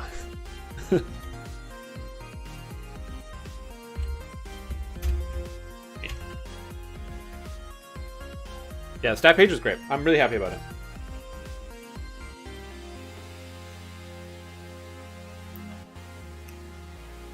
Okay. Now we're going to take a step back. Regular shifter. Rar, you know what I'm saying? I'm not going to do Monk. Monk is good, but not going to do Monk. We'll test out some other stuff. I want to test out another different, very interesting character class called Druid. Hey, Druid. So, iconic, no. Druid? Spell? Yeah, Druid. Yeah. Shifter. Oh, Shifter Druid. It just makes sense. Because the thing is, a lot of people think of Shifter as like a melee thing. But you can cast spells, and then you can use animal form as well to kind of go along with this. So I wanted to take a look at kind of what that looked like as far as the Shifter went. So we're going to take a look at that real quick. Now, Shifter is designed to be a melee thing, so I kind of wanted to keep it melee. So we're going to look at the Druid here. So we're going to go with a strength-based character. We'll have a little bit of wisdom on the side, but we're not really a wisdom character. Mostly strength. Yeah, seems fine. Do druids need stats? Probably not, right? Just heal. Yeah, seems good. I don't need UMD. Concentration seems good, though. So, now you get to pick a racial feat. So you get to pick either a Beast Hide or a Wild Hunt. Wild Hunt is interesting because it's supposed to give you wisdom and dexterity. I guarantee you this does not give you dexterity. I'm just going to flat out say it doesn't do that. We're going to try a Beast Hide Shifter because I think that Beast Hide Shifter has some impressive synergies with Druid and specifically Wolven Druid. I'll go into why in just a second here. But first, I need to remember how to play and what feats I need to take. I need dexterity so I can take precision, because I don't have precision because I am a dum-dum.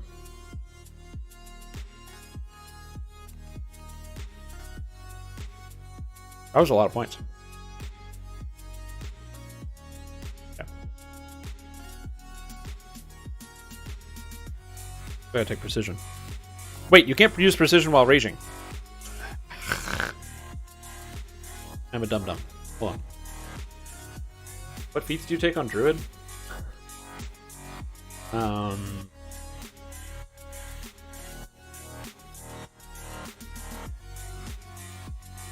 now I don't even know. I literally don't even know what feats you take on Druid.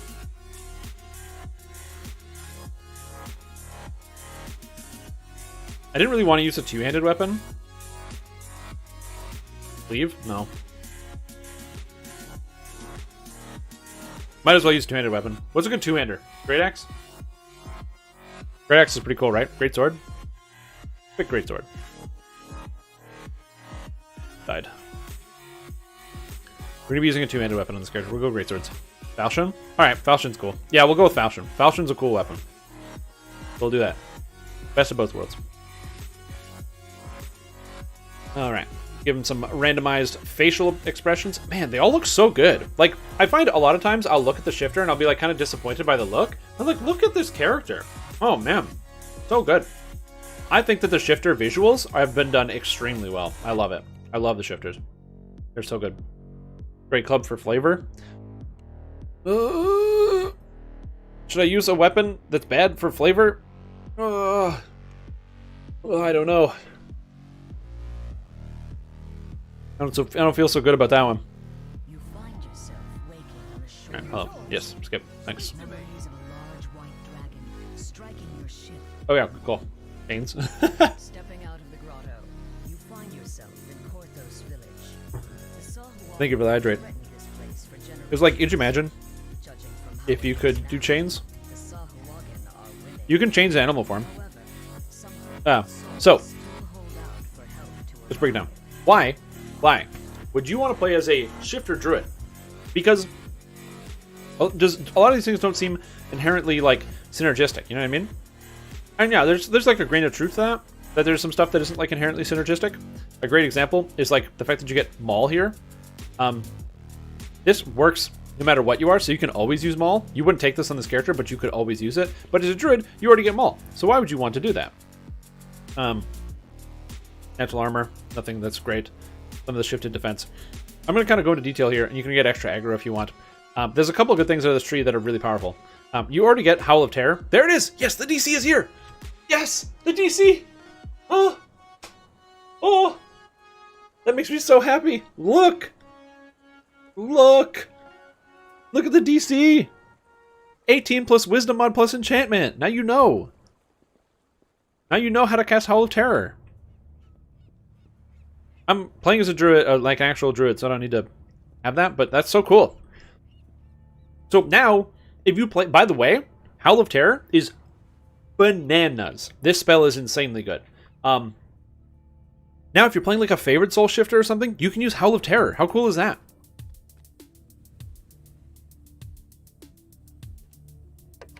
Alright. So here's the trick. I'm gonna hit this character up to level 15. I'm gonna do this similar test to what we just did, but we're gonna do it a little bit differently. Use them all? Nah, we're sticking with the G sword. Grab ourselves a good old G sword. I don't know where you get a level 15 G sword, but we'll figure that out. A great sword. Hello, Mr. Guide. Give me the thing. Don't talk to me because I'm clicking the wrong buttons. What a jerk. Oh my god. Yeah, we went with Falchion. Oh yeah, Falchion. I don't even know where you get a good Falchion. I'll probably just get the Ravenloft one. Now you might look at this and say, okay, well the Shifter gets a bunch of Constitution, right? So that would mean that you would want to use the Constitution Shift. And they're just like, kind of, but not entirely, and I'll explain why. Completionist. Man, that feat is so good. You guys really got to get Completionist. It's very powerful. Strength. This character is going to be mostly on a physical damage level, so it's attacking monsters. On all levels, including physical, I am a damage character and a wolf. And the idea is Wolf Druid here. Now you might think, okay, well you got extra Constitution from the shift, and it's Constitution and Armor class shift. That would be really good for bears. However, there's a couple of reasons why it's actually really good for wolves. Reason number one, you get extended shifting in the shifter tree, which also applies to regular rages. And one of the hardest problems with playing as a Wolf Druid is you run out of rages all the time. You're constantly having to shrine, you don't have enough, and that causes a problem. However, with this character, you don't run into that problem nearly as often because you've got extra shifts or rages, same thing, from your actual shifter tree, and they last much longer. So your character is going to be much more defensive. Why am I leveling Diplomacy? I don't know what I'm doing. I should be leveling Intimidate. Look at me. Barovian Greatsword is probably the best. Yeah, Barovian Falcon. Got a Falchion. I don't think it matters what feat I take. So the idea here is we're building a druid that is going to take a lot of the positive synergistic stuff with rages and then apply that, or like from shifter, and then apply that to the way that my character is performing right now. Tail of the Scorpion is also a good option. I don't think that there's a guy that will have the Tail of the Scorpion in here. But if there is, that would be sick. That is like the best option. Literally the best option. I'm not about to farm toxic treatment on this server.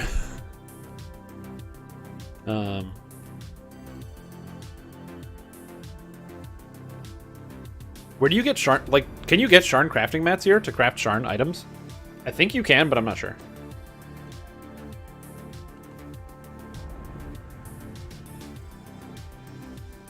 Because that's how you interact with the Caneth system, right? Like the new crafted items, you have to craft them yourself.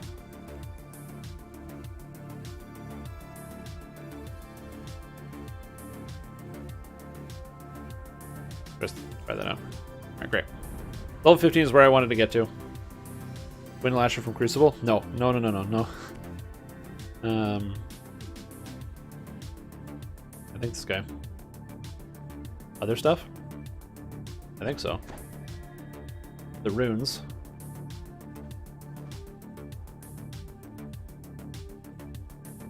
Normally you can't get Sharn mats. Wait a minute, so then how are people supposed to craft under their weapons?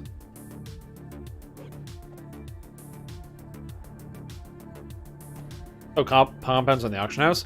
Oh, so I can't actually craft an actual Sharn item. Okay, never mind. Then this character's gonna have no stats, but we'll just be running around with no stats then. Not a big deal. I just want to put some armor on to go test out this some of these ideas here and look at some of these things. So again, one of the reasons you want to do this is because as an animal form character, you want to be using Wolf Druid and you want to be using the Rage from Nature's Protector. Now, bears have this awesome advantage where you get Big Bear. Tremor has a 20% chance to restore a charge of Barbarian Rage, and you have way more Constitution, so your rages last longer. But The problem is, if you play as a wolf, you don't have as much constitution, you can't get these rages back. However, Shifter automatically gives you 3 additional rages, and your rages last longer. So immediately, just barely any investment, you want to be spending these points. On top of that, Wolf Druid is one of those characters that just has points galore. If you don't multi-class, which you probably should multi-class, because this core, Howl of Winter, not that great. Beast Form Mastery, again, not that great. It's not the worst, but it's not that great. So you don't really need to go pure, so you can multi-class and spend your points anywhere else. But if you're not, you're going to have lots of points left over. So there's options here, whether you want to take the Howl, the Natural Armor, you want to grab Augment Summoning, you want to pick up the Empowered by Nature for additional positive healing amplification. Is that 2 points for 10 amp?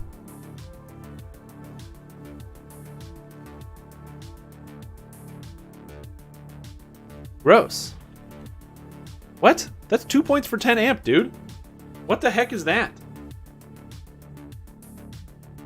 Am I reading that right? That does not look good. Anyways. Have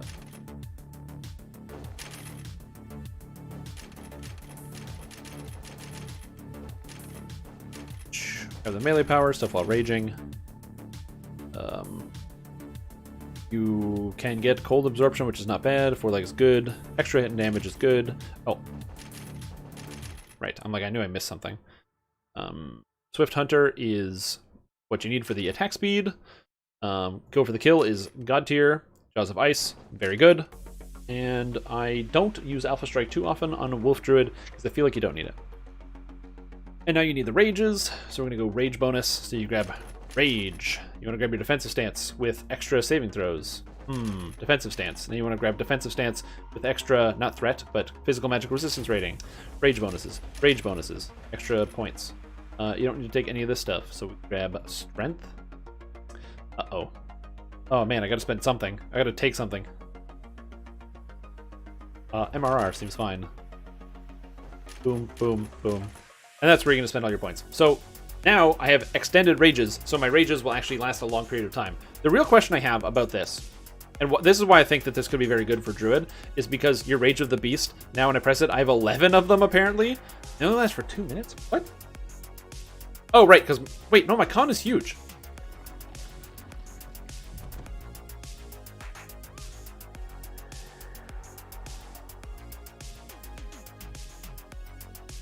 Wait, hold on.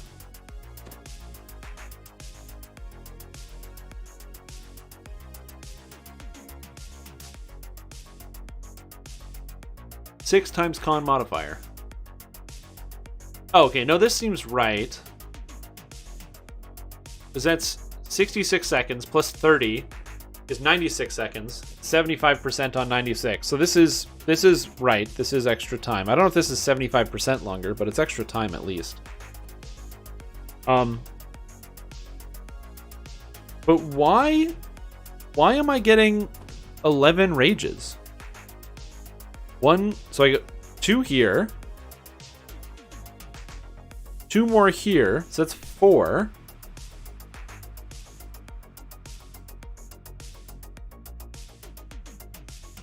Why do I have 11?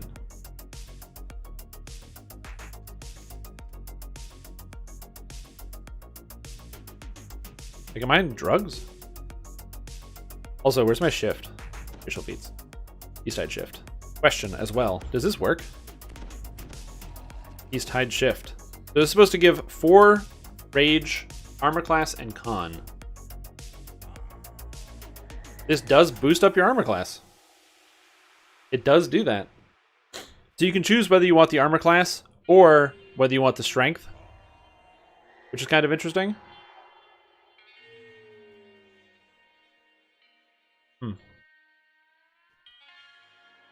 Oh, and you have to be in animal form, right? Because you can rage outside of animal form.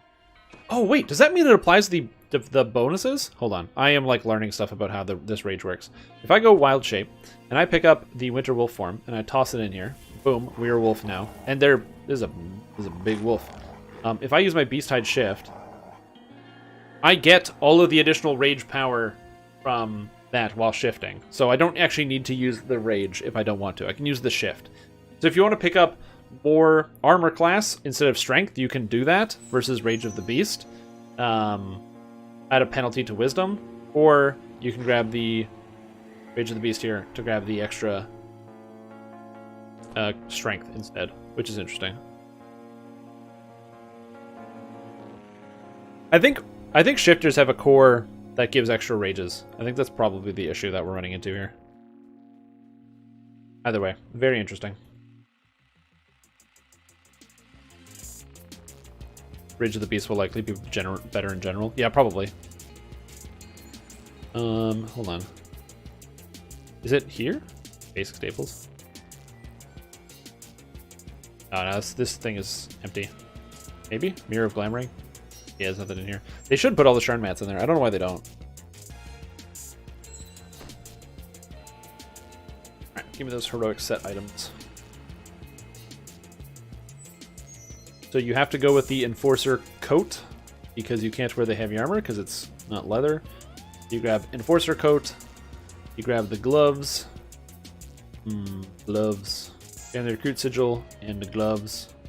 The character's got some stats to him. Hammer Fist.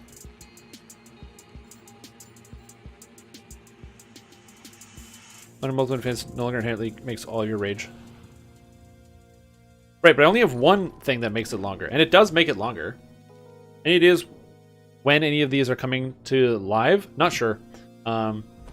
There is definitely some extra testing that needs to get done. So whether these things are coming sooner rather than later is really hard to say. Because realistically, as I said, there's some additional testing that needs to go on. There's a lot of, I think, there's definitely gonna need to be some more testing that goes on with some of these characters and stuff. There we go. All this stuff is here very conveniently. Not using a shield. I don't need any of that garbage. Yeah, I can't craft on any of this stuff. Bulk City's Champion is good. Bronze Dragon Scale Belt, probably good enough. Don't know where you get a strength item. I have no idea. Umber Brim is really good. Because I can't craft this Celestial Ruby Ring, which is what I would like to do. I can't craft this collective set. I can't craft Shattered Onyx. You're like super limited on what you can actually use. Because there's no materials to craft with. But no time to put all the mats into the thing. The dev said why normally no mats? That they made for some age for the players to use. Yeah, but that would only be for the compounds for the new stuff to test. I'm trying to test out like the characters. I'm not high enough for the Spectre boots. The Spectre boots are too high level for me. So we're just going to go for some Ravenloft stuff. Ravenloft 1? Just fill it up. Because we need strength. So, that is a trinket. Then, not the lower field pack banner. I don't need any of these rings. I need that other racer.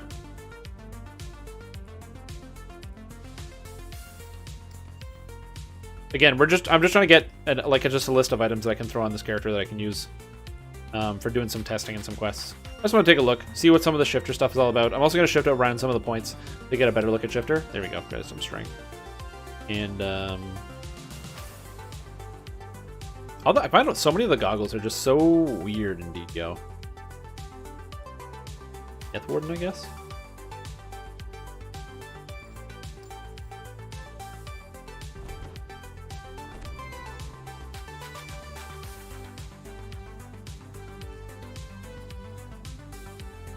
Compounds and alloys? Oh, really? Oh, sick. That makes that really convenient then. Because that's the case. I'm just gonna double check. I hope nobody's buying them all out. And I wonder if somebody had to like go and input that individually on an individual, like piece by piece.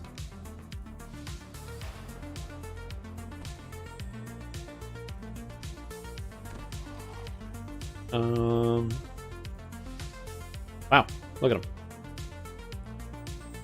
Happening alloy, let's buy that. And I don't need a caustic compound. Actually, sure, let's take a caustic compound because that will allow me to buy some other stuff. Dampening alloys, Nope, don't need those. Too many. Energizing alloy. Let's grab one of these. And stabilizing compound. And okay. I'm not sure I can craft on this, but we'll see. In the forging station. Yeah, because you need the... Oh, because they're in the mail, but I don't have the ingots, so you can actually craft on this stuff. Can't actually craft on this stuff. I said falchion. Look at those alchemical recipes.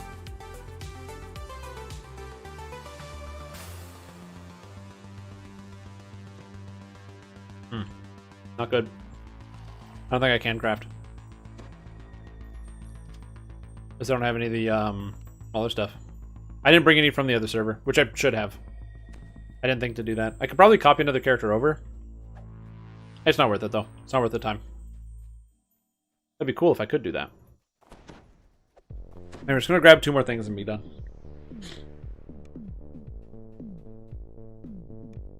Yeah, I did see that. Can craft one?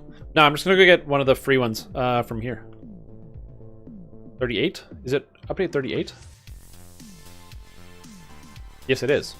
It is update 38. So we grab the Mighty Stormreach Guardian Helm, because this gives most of the stats that we need. And we grab the Tail of the Scorpions. Now we have a falchion. And that's probably fine. And all I just need is the boots. So I'm just going to grab a set of boots, and then we will be good to go. And the boots that I want are right here. Nope. I think the boots that I want are here. No, they're not. I'm trying to find the Flightfoot Greaves. Shadow's Footsteps? Huh?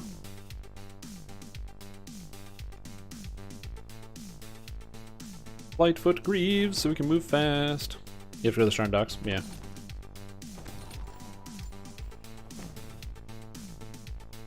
Oh, can you break components?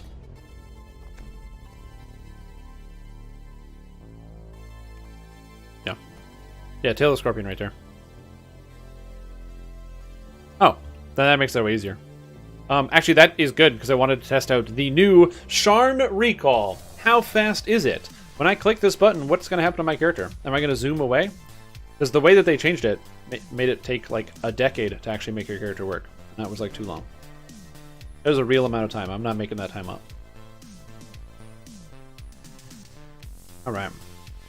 I would like to go to... I'm going to go to human form for a sec, so I can just examine. Hello. I would like to go to the Sharn Docks.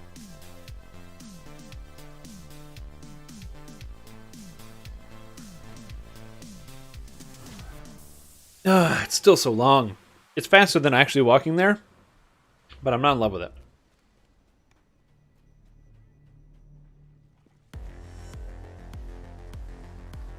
Yes, I can.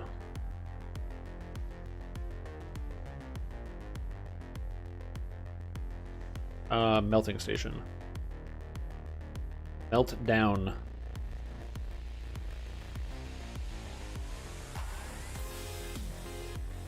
I can go up. I don't think you can break them down. Oh, maybe this guy? Rain Cloud? I can make Serenian weapons, which is cool. So I can get a Serenian falchion. Serenian falchion. I don't know if there is a breakdown. There's legendary. Yeah, I don't know. I don't think there's a breakdown. It's like crafting a bunch of stuff. Completing raid weapons, all of which I can probably do. I'm just double checking. No.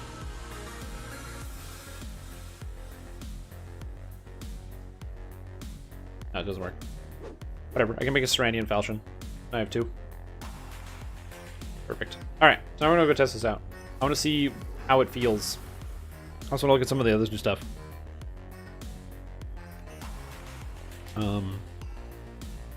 Actually, yeah, we're here. I just need to load up. We're using Rage of the Beast, not the Shift, because the Rage of the Beast is better. Is there any reason you would use the Shift?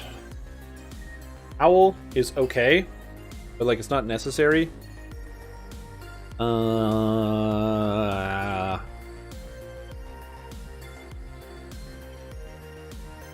That. Now, a lot of stuff isn't great. I'm just gonna go town, get some stats. No, because I already have Magic Bank because I'm a druid. The Howl's all right because you get to pick up. Oh, it boosts your PRR and MRR before you go into combat. Interesting. Not the worst idea ever. Something to think about. You get Howl of Terror. You also get access to freedom of movement. Now that I think about it, the only synergy with druid is the fact that you get extra rages, which is incredibly convenient. If not the best, but very, very convenient.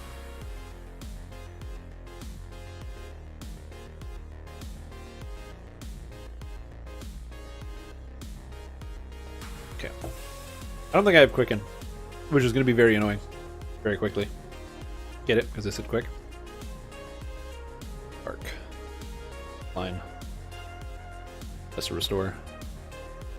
Don't think I need any other spells. This is also a character that can function perfectly well off of character that can function perfectly well by getting access to get out of here, get out of here, get out of here, get over here. I do need to use this wolf. I don't need shred. No, don't need any of these spells.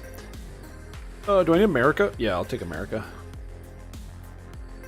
I don't need these other spells. Just getting the spells that I need. America down here. I'm going to buy spell components just so I don't have to use them. Druids get a lot of spells that are like dope buff spells, but actually I don't need that. Got heal. Got regenerate. Most of these spells are bad too. That's the thing about Druid. Like I don't use any of these spells. Like maybe you use Earthquake.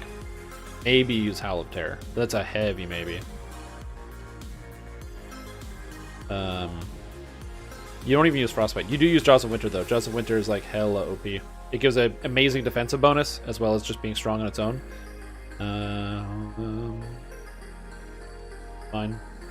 Now you should be able to cast Animal Growth on yourself because I have access. Like I'm a shifter, so that should work. But I don't know. We're gonna test it out. Raise the Strim Jug. Yeah, it's pretty good. If you're drinking from a Sun Flask, yeah, that would definitely be cooler. I agree with that. If you'd definitely like to participate in your own Sunfest-based event, consider getting a Sunfest T-shirt. Then you can tell everybody that you participated in this very niche and strange online event, and it's very cool. It's a nice, it's very comfortable. Keeps you warm in the winter because it makes you think about the sun and how sunny it is outside. Oh wait.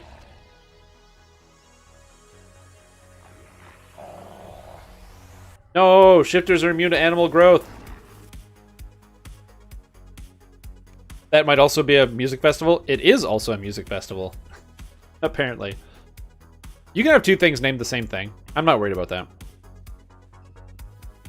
Are my past lives out there? Ancient power.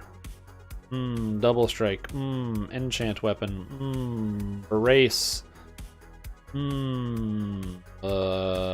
Scourge. Scourge?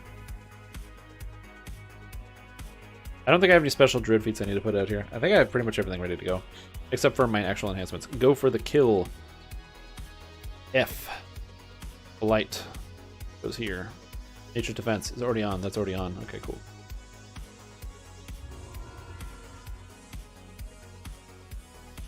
Yeah, I feel no shame about most things.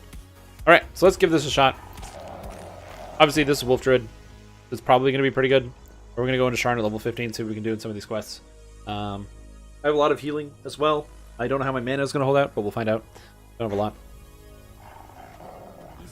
Again, one of the problems about not taking Quicken is it just means you're buffing when you enter quests. It takes a while. which is very annoying.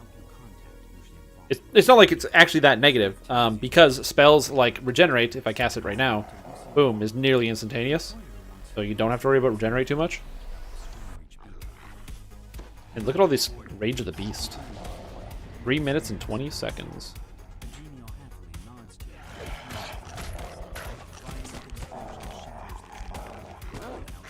Gonna maul people to death.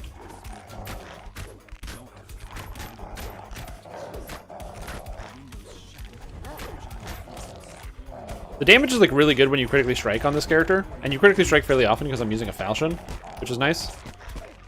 But yeah, Wolf Druid is very, very strong. I find it interesting. There's a lot of people out there that don't really want to play Wolf Druid. They like the Bear Druid instead. And I get it because Bear Druid is very strong as well. It's in a very good place right now, and if you want to try something else, something out, you can. I don't even have ship ups right now. Yeah, Wolf Druid, very, very strong. Highly recommend it. It has a lot of good features. Is Howl of Terror going to work on anything here? Apparently it did. Yeah, look at that. I was definitely not expecting that. A couple cool things and features about Wolf Druid that are really good. One of which, any monsters that are stunned are effectively helpless, which means that if a monster is stunned, you're able to get him with the freezing bite, which is really cool. Also, if monsters are sneak attackable, then that also works for your freezing bite. So whether it's because you have a deception item, you use baiting bite, and you succeeded on a bluff check based on your spot, you're able to get them with a freeze. I probably won't be able to freeze anything here because I don't have any stuns, but with Dire Charge it works out very, very well because you can Dire Charge into a pack, and then after you've Dire Charged in, you're able to, you know, freeze the monsters. Anything that is considered helpless as well is good. So if you happen to have balanced attacks, so you've picked up balanced attacks from the Primal Avatar tree, that works wonders. But yeah, no real surprise here that the Druid is working really well. I like the fact that I have all this extended time on my Rage as well. You actually kind of have too many Rages. I'm not sure that you know, they might be a little overboard at this point, but cool enough. Plus, you're just so fast and you're going all over the place. Also important to note that if somebody is frozen from an effect that, you know, freezes them, so for example, if you use Snow Slide on a monster and freeze that monster, then you are able to effectively freeze them again with your Jaws of Ice, right, or Jaws of Winter right here. I use Jaws of Winter all the time anyway, just because it gives me temporary hit points, but something very, very good. And you want to use the go for the kill, the charge, at as much range as possible. The more range you use it at, the more melee power you get when you actually hit people. Die, jerks. Then you start to get low, just use Jaws of Winter, get some temporary HP. Throw some Regenerate, throw some heals. And this is Reaper 1. So obviously I'm not super surprised that this character is doing well, because Druid is a very strong class on its own. It's actually probably one of the most versatile classes, and it's something that I would recommend for pretty much anybody that wants to try out a type of melee, a type of anything else. Like, you could play Melee Cleric and have a fun time, because Melee Cleric's pretty cool. You know, you could be like a cleric of your god or deity or whatever. Like, sure, cool ideas. Absolutely. You can be a war priest, a battle priest. But at the end of the day, Druid is just Druid. It's sick. Tons of damages. And it's very versatile. It's got lots of self-healing. An overall good experience. And I highly recommend, if you haven't tried a Druid yet, whether you want to play the melee or even the spellcaster. I personally haven't done a spellcaster. I get asked out all the time. Hey, Strim Tom, it's Caster Druid. What do you think? Is it pretty good? Do I play it? It's like, I don't know. Evasion failure. You cannot evade in medium armor. That must get annoying. Reaper points offered and in tree. What? No, I didn't spend any of my Reaper points. I have 72. I didn't want to put an effect on the thing, so I'm just doing this with no points.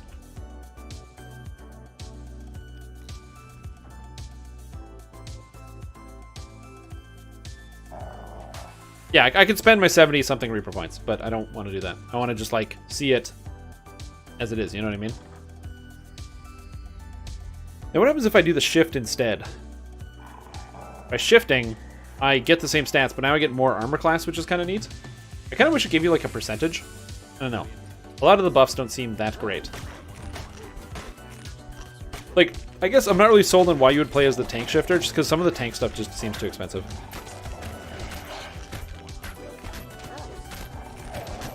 You know, if that makes sense. I don't know. The shifter trees seem cool, but they're really expensive. So, as somebody who has a lot of racial points, I'm struggling to convince myself to spend points on the shifter trees. I think it's going to be most of my feedback. As far as I can tell, the individual pieces are working. Granted, I didn't spend points in everywhere in the tree. And also, this is not the fastest Charm Welcome we've ever seen. But I'm okay with that. This is my Charm Welcome. Die, Rabo.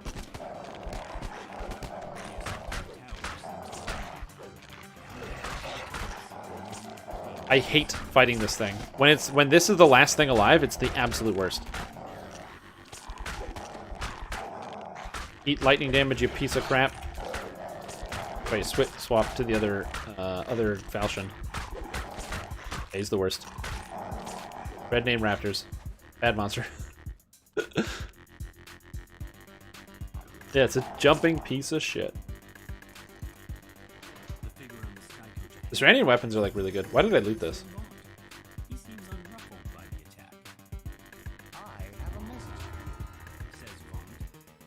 Yeah, so overall, I think that Shifter has some great synergy with Druid just because of this. Like, this alone makes me want to play Shifter Druid because of how much just sanity it gives you. For leveling, I think this is a great option, the Shifter Druid. For endgame, I don't know if Shifter is where you want to be going. Like, yeah, I can pick up some extra physical resistance rating, so 12 extra physical resistance rating here is pretty good. Empowered by Nature, there's no way you spend 2 points for 10 healing amp. That is completely ridiculous. It should be 2 points for 20 at least, or 1 point for 10, but not 2 points for 20, or for 10. That's just gross. I don't like that at all. The Howl, the 2 Howls, I think that Stronger Howl with minus the saving throws, I think if you can afford this on a spellcaster, hypothetically, you're playing as like a favored soulcaster is how I kind of see this character working. So, if you're playing a favored soul spellcaster, you throw out the Stronger Howl in the pack, it reduces monsters' saves by 7, then you cast a spell. I honestly think that's pretty good, and I can see people using that. Stuff like the Stronger Howl here, where monsters are losing 14 to their attack. I don't know how good that is. Same thing with Basic Howl. Gaining 14 physical and magical resistance rating. Not too bad for the entire party. Like, it's pretty good. 14's not bad. And Mighty Howl giving saving throws. This is actually pretty good because it's an extra +4 saving throws. So, again, pretty useful effect. I can see that coming in handy in a lot of different places. The Howl of Terror. I'm not entirely sure why this is a 3 here. Like, I feel like... Oh, you can get the cooldown down to 10 seconds. I don't know. I don't know. Probably fine at 20 seconds, if I'm being honest. Like, I don't think you need anything less than that. And then you have the Threatening Shift, which I can take, where you get lesser displacement, 3% dodge cap, which is really good, or the one that I can get, which is 20% threat generation and 5% quality bonus to maximum hit points. Maximum hit points is good, threat generation bad, but you can mitigate some of that. You can definitely shift around your stats to mitigate some of that, which is... and of course you've got True Hunter here, which is supposedly working. So, I don't know. Very, very interesting. Oh, I didn't even take Ghost Wolf back, which is such a good spell. This is such a good ability. Ghost Wolf back. It costs 1 point, and it gives you an attack with +2 critical threat range that has a range on it that confuses people, and also gives you a 35% corporeality. This is a bizarrely good attack, and I highly recommend you use that. So overall, I think that the new Shifter has some weird places. I don't know how valuable this would be as a melee, and I really don't know how valuable this would be as a Wisdom melee. I think that you could make an argument for this to be very powerful on a Wisdom caster. Easily being able to pick up extra 4 Wisdom while raging is nice. Casting spells while raging gives you some flexibility to shove some stuff into your rage if you want. A cool thing about this is you can actually use this in very weird and interesting ways. A great example would be some filigree. Which we're going to talk about in a bit. There's a filigree called the Blood Feast, and it makes it so that when you activate a rage ability, you gain 10 temporary hit points per epic level. So you would gain 1,000 temporary hit points when you activate your shift. So if you happen to have 7 shifts or however it is you would normally have, then you'd be able to because it counts as a rage, you can cast spells and you get 1,000 temporary hit points. So anything that scales off rage effects is really good. And you can even look at some other stats using some good and easy twists. For example, Fury of the Wild, Acute Instincts, +2 Wisdom while raging. You can twist this in. This is a tier 2 twist for +2 Wisdom, or a tier 2 twist for +1 to all DCs on a Wisdom caster. Again, something that's very, very good. So you're going to see some people messing around with this. I think this could actually be a very good thing on a Wisdom-based caster. It's also important to note that you regenerate a rage every 90 seconds. If your rage lasts longer than 90 seconds, then you don't need any more rages. You have an infinite amount. So it may be valuable to actually have your rages, shorter and not to take this and have it based off of flat constitution. The benefit being here is that you're casting your rage more often. As long as it's at least 90 seconds long, you'll always get it back. And then you can save these 3 points, which is also pretty good. Something else to think about. And instead you get this, which you can pick up more wisdom if you wanted. There's kind of trade-off. It's the same amount of points. And of course, like I said, Howl of Terror. So for me, it seems pretty good. I actually think that regular shifter is in a good spot. I think that the wisdom shifter looks really promising. You question whether you want to spend that many points, but like if you're spending points in a Season's Herald, you don't really want any of the rage stuff. So you're not spending that many points in Nature's Protector, and you literally want 0 points in Nature's Warrior. So a caster druid shifter, if I was to do that, let's just like respec this right here. Right? So let's imagine for a moment that I'm playing as like the caster druid. Imagine for a moment that we're playing Caster Druid as we wait for the spell thing to reset. It's times like these that you want it to reset. You want it to go faster. You grab all the spell-like abilities. I would not grab Shared Spirit because your Wolf Companion is going to die no matter whether you like it or not. Now you probably like your Wolf Companion and don't want it to die, but like I said, them's the breaks, kids. Autumn Winds, this is unbelievable. Go! Autumn Winds, unbelievable. Take this. Holy shit. It says 10% chance to knock down an enemy who strikes you in melee. Oh, it's so good. It's so powerful. And that's a 1-pointer? Jeez Louise. Grab some Wisdom, grab some of this, grab some of this, grab some of this. What does this do? Evocation and Transmutation DCs? Don't mind if I do. Spring's Resurgence. I'm not sure how good this is. But I've seen Druids take it, so probably it's good. You take your spell-like abilities, you take that, you take this, you take this, you take this. So I spent like 40-something points in the tree, right? So I'm like, I spent so many points. And then I'm going to spend my points here. I'm going to grab this. I'll grab this. I don't know if to spend points in. Boom. That's all the points I'm going to spend in the bear tree. So now I have a bunch of points left over. I have 17 points. So I'm only taking this and this in the Druid racial tree. And I'm taking nothing else. I'm taking nothing in Nature's Warrior. Nature Protector is done. So you have so many extra points that you can spend as a Wisdom-based Druid. You have a bunch of different options. You can decide, hey, I'm going to go into Falconry to pick up 5% health if you want. You can pick up 5% health here. Or you can decide you're going to go into Shifter and pick up all the extra Wisdom bonuses because you have so many additional points to throw around. One of the reasons why it's actually nice to take Howl of Terror, which might seem weird, is the fact that because even though you're a druid and you get Howl of Terror, you have to shift into wolf form to then cast Howl of Terror. You might not want to do that. You can actually just take it here and then be able to use Howl of Terror whenever you want, just as a regular old druid. You grab like Wisdom, grab like Wisdom. You're grabbing. I can't take Regenerating Shift because I'm not high enough level. I wouldn't. You could grab Shifted Senses to get the extra dodge. It's 6% dodge and 10 spot, which is really, really, really good. That's something to think about. And again, the howls. So I think that you can make a case that for a caster, it works out pretty well. For the melee druid, you're mostly going to be sticking to the bottom. I'm not taking most of this other stuff. So Wisdom Shifter druid can support or tank. I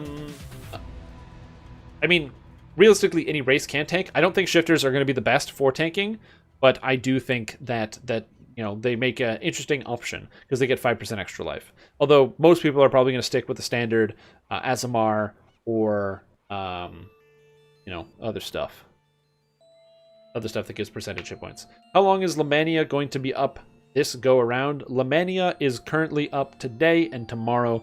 It was also up yesterday, so it's going to be up for a little while longer. Okay, so now we look at the shifter. We say, hey, shifter's cool. You guys know what time it is? That's right.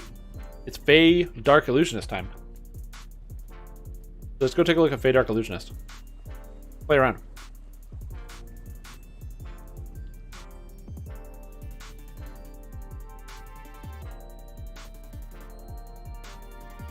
What makes a good Fey Dark Illusionist? A bard? A sorcerer? A warlock? I don't know.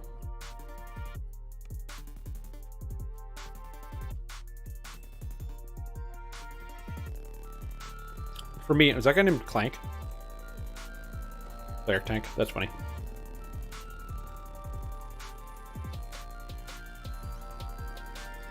Gnome.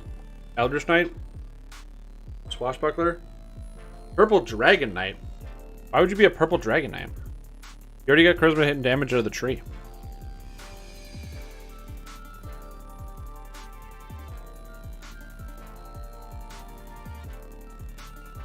Thinking Swash. Yeah, swashbuckling could be interesting, but like, Bard's not that good.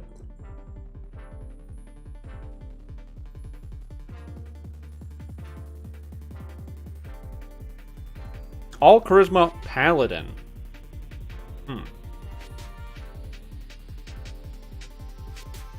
Paladin, you say? I like paladin. I like this idea. But do you two-hand it as a paladin, or are you one-handing it as a paladin? Is this like sword and shield? Is this two-weapon fighter paladin? Is this two-handed paladin? There's like no Eldritch Knight's interesting. Eldritch Knight just in general would be interesting. See what charisma can do with sorcerer.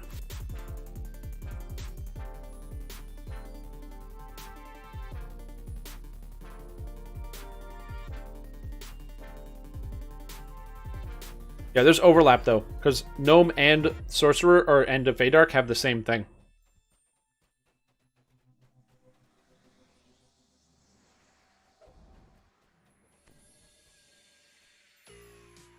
Yeah, I don't want to pick Purple Dragon Knight for most things. You know, if I'm picking things, I don't usually want to pick Purple Dragon Knight.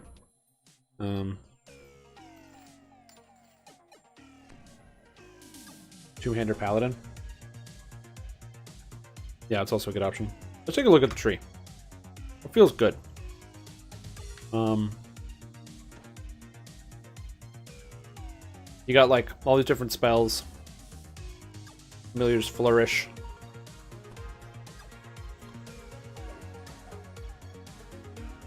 The attacks.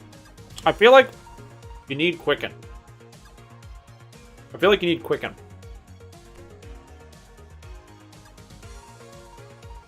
You don't go pure paladin though, because you don't need pure.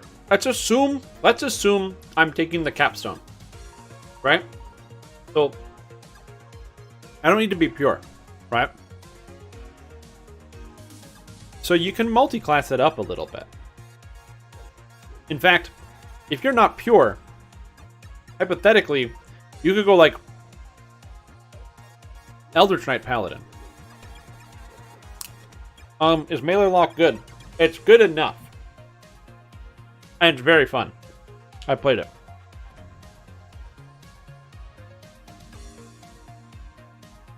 Something to think about. I'm thinking like, maybe, because you want Quicken for the spell-like abilities, because they're really good. So getting an extra free metamagic feat would be good, and you get that from Wizard.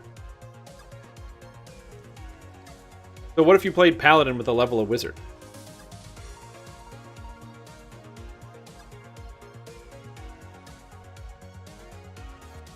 Ranger Sork dump decks.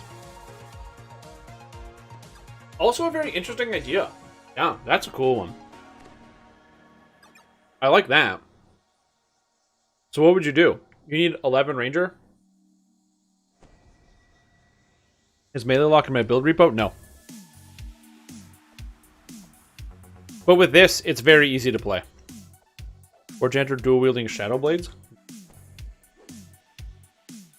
11 Ranger, 9 Sork.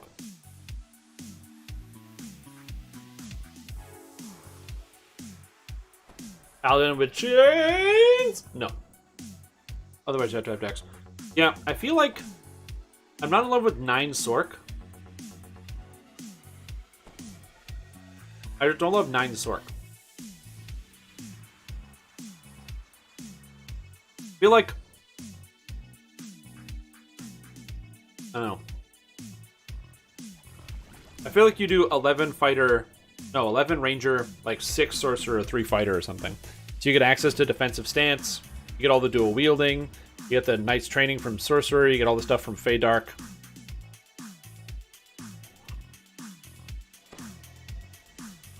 I feel like it all comes together. 14 paladin, 1 wizard, 5 fighter. Well, that's a tank though. Yeah, but you don't need the EK damage dice. It's about hitting monsters for big damahe. Problem is, where are you spending your points? Because, like, if you're just playing Ranger, then you're spending your points on, like... You're not spending them in the actual Tempest tree, which is really good.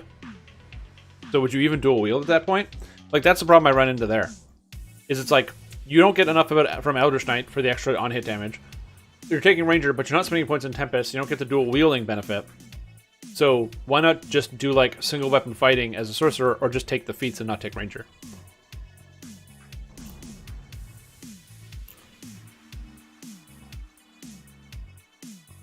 I feel like Paladin's a great way to go. Never said it would be a good build. Yeah, for sure. But yeah, Paladin seems interesting. I like Paladin a lot.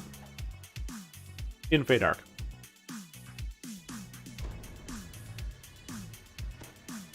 Let's do it. Oh, fuck. I gotta reincarnate.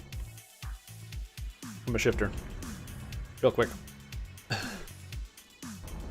This happens every time. I just want to reincarnate, but I can't.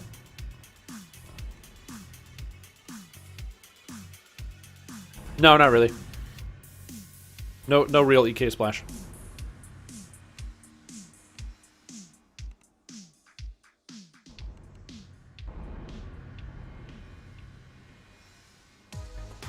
Yep, exactly.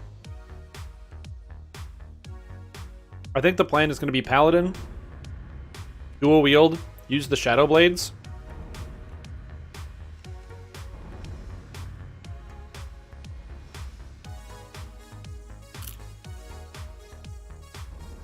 I'm thinking 14 Paladin, 1 Wizard. I feel like 14 Paladin, 1 Wizard is the way to go. Hear me out. So the idea behind 14 Paladin, 1 Wizard is that you are... Because I'm going to be level 15. At the end of the day, you would probably do something like... You wouldn't do 8... Would you do 18 Paladin? How much Paladin do you need?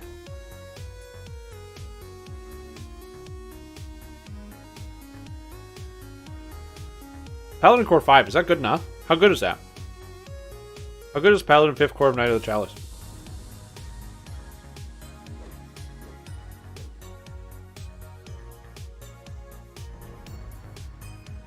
Paladin. AOTC.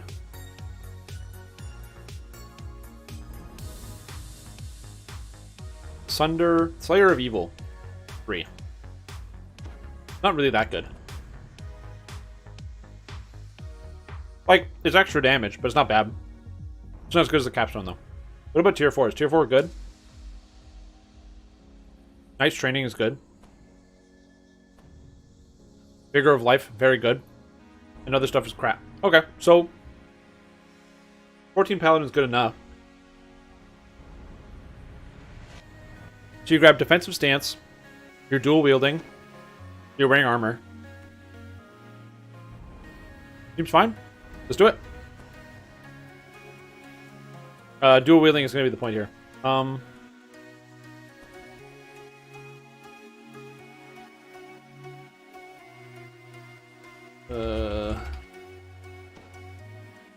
Giddy feats. Who gets a short sword? Volkur. Looks like we're making a drow, baby.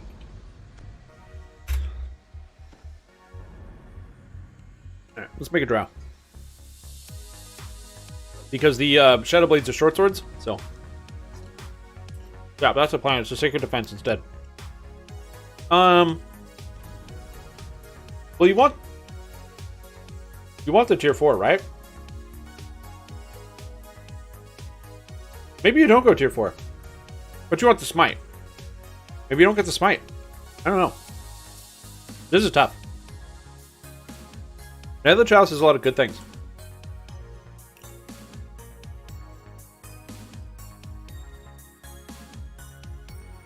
You enchant your equipped weapon if you want. Yeah, but using the Shadow Blades is cool as hell. You know what I'm saying? It's like hell, but it's cooler. That's why we use it. You'd have these cool, like, Shadow Blades. You don't have to use Shadow Blades. You can use whatever you want. Also important to note, the Shadow Blade enchantment is literally that. It's like enchant. It's not, nothing special.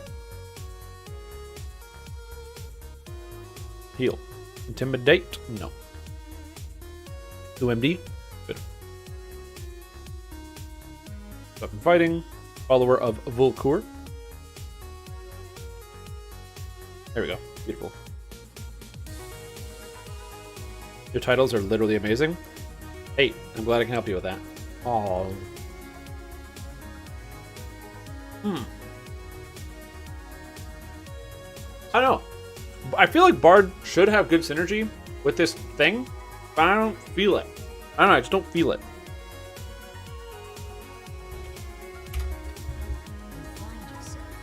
Hey, Jeets, what up? Get the hell out of my way! I gotta get off of this beach! I gotta check out some cool shit. What these guys don't understand. Oh yeah, I forgot. You can get bow smite evil. That's a good idea.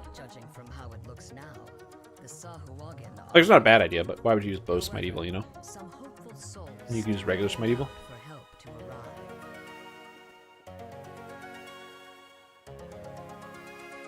Done?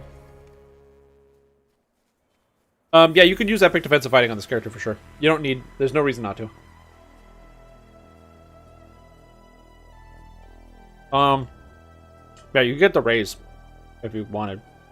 Goodbye, Vanguard. Hello, Feydark.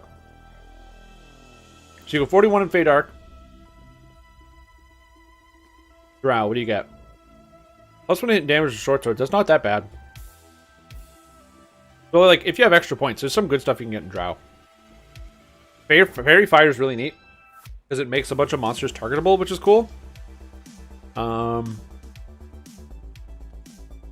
Dark Fire sucks. Don't take this. That's also important. It's funny, Dark Fire was really good and then got nerfed. It was good for one... Literally, it got buffed and then the next patch it got nerfed. It's so funny. I'm going 14 Paladin, 1 Wizard.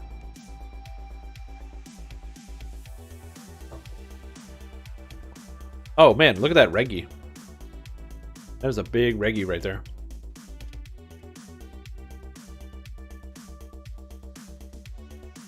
But yeah, it's all about 14 Paladin, 1 Wizard. Let's take the Wizard life right now. Yeah, I know I can't spells. Oh, right. It's like, you can't cast spells. Your character is dumb. You should not try to come, like, learn stuff with me. Like, hey buddy, don't you think I know my character is dumb? Not like I'm dumb. Well, concentration, spellcraft. I don't want any of these. I'll just take repair, I guess. Oh. Quicken. Elder Spray. This is what I want to text. Daze, Blind, and Silence. Does that mean it doesn't stun?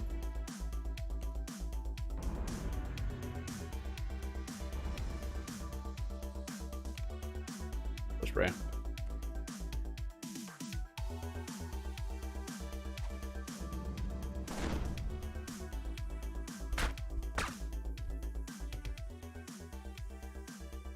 Okay. Hold on.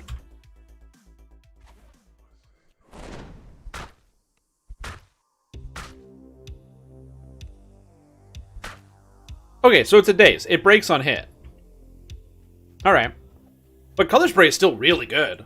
Look at this low-level spell. You're like, oh shit, there's a bunch of kobolds coming at me. Oh no! Oh!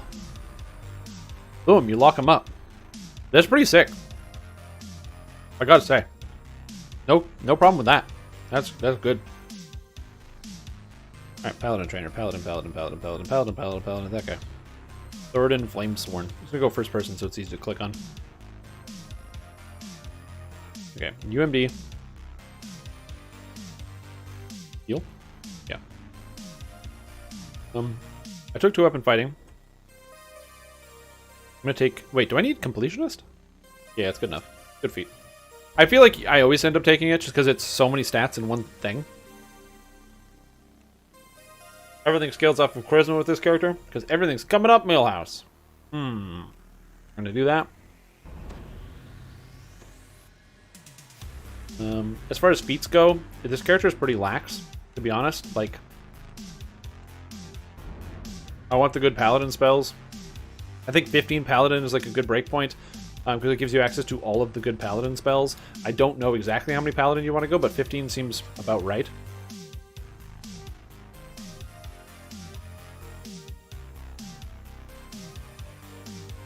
I can't take the next 2 weapon fighting feat.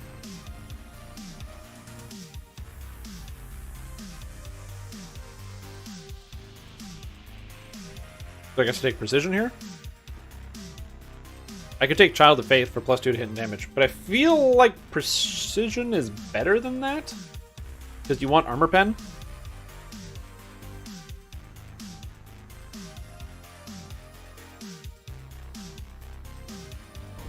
Or just gonna be Angel Skin goes to 20. Yeah, I think 15 Paladin is the way to go. Because it gives you access to all of the good spells. You get Zeal and Holy Sword and everything else. Eat 2 spoons of poison, not 2 tablespoons of poison. I always get those spoons mixed up. Why do I put those spoons together?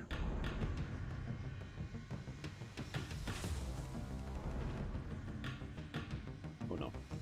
UMB, please. Alright. Perfect. Now you take Improve 2 weapon fighting. You would still take the wizard level early. It just means you'd have to wait a little bit on your improved 2 weapon fighting. Like, you always take the wizard level early because you want to get quickened as soon as possible on a character like this. On top of that, you can't put any points in the Fate Art tree until you have magical training, and Paladins don't get magical training, so you need that 1 wizard level to actually make your character work. Or you have to take the feat. So the wizard level is actually essential to this whole process, surprisingly. Like, this character kind of basically works so much better with it. It's not just like, haha, we're multi-classing, look how quirky we are. It's like, no, the multi-classing is actually really good. I'm just going to finish off leveling with this character. And then we're going to take a look at some of the stuff in the tree, see what's changed, see what's new, what's exciting, what can work well with Paladin. I have a feeling we're going to be taking probably, like, most things, if not everything in the freaking tree. Also, I don't need concentration, because we will always have Quicken turned on. One of the things I'm worried about is getting Force Spell power to make this character work. I don't know where it's supposed to come from. We'll see. And now I get another feat, which I'm going to be taking as Improved Critical Piercing.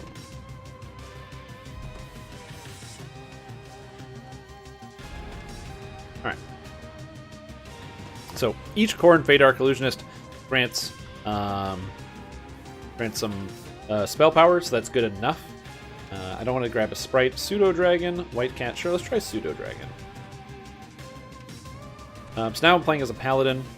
So, because we're taking the Shadow Blades themselves use Charisma and damage, so I don't need to take these abilities right here. If you hard commit to Shadow Blades, which is not the best idea for endgame, you save 2 points, which is kind of neat. Instead, you can get Twist Reality, which makes your spells reduce enemies' illusion saving throws, which is pretty good. I'm picking up Shadow Blade, because Shadow Blade's really good. I don't need Blur, because I'm going to be taking Displacement. I'm going to save those points there. Grab more Charisma. 1 point. That's a bug. So I guess we get Shield. Huh. Charisma, Color Spray. What the hell is that? Distract? No. Do we need spell pen? No, you don't need spell pen on this character. You need mana though. I actually take 1 point in spell pen. Charisma. Charisma. This fan. That's true seeing. That's really good. Not true seeing. Loser augmentation, +1 DCs if you have augment summoning. I don't have augment summoning, but that might be fixable. Displacement. More stats. Ring of Blades. This is a 1-pointer? 2-pointer. That's a good 2-pointer. Alright. Then you gotta go Sacred or Knight of the Chalice. You don't need Strike Through, which is weird. This is a character without... This is the first Paladin I played without Strike Through. So this is kind of neat. We're not doing the Sundering thing, so I guess you take attack and damage with favored weapons. Divine Might. 4-2. 4-3. This allows you to hit Ghost Touch. Oh, I can already do Ghost Touch. It's extra light damage. Do you take the crit on Paladin? Not the crit, the cleave. Is that good? Is cleave worth it? Because I'm dual wielding. I'm not sure. Sacred Defense? No. Yeah, physical magical resistance rating. And I want bonus to all saving throws? No, because you can take... Oh, yeah. Actually, yeah, you do want that. I think. Am I out of points? Oh, that's it. That I'm out of points. All right. All right. So this is all the points I can spend right now. I only have 1 more point. Infinite Strike Through. Yeah, but because it depends on how well it scales with what I'm doing. You know what I mean?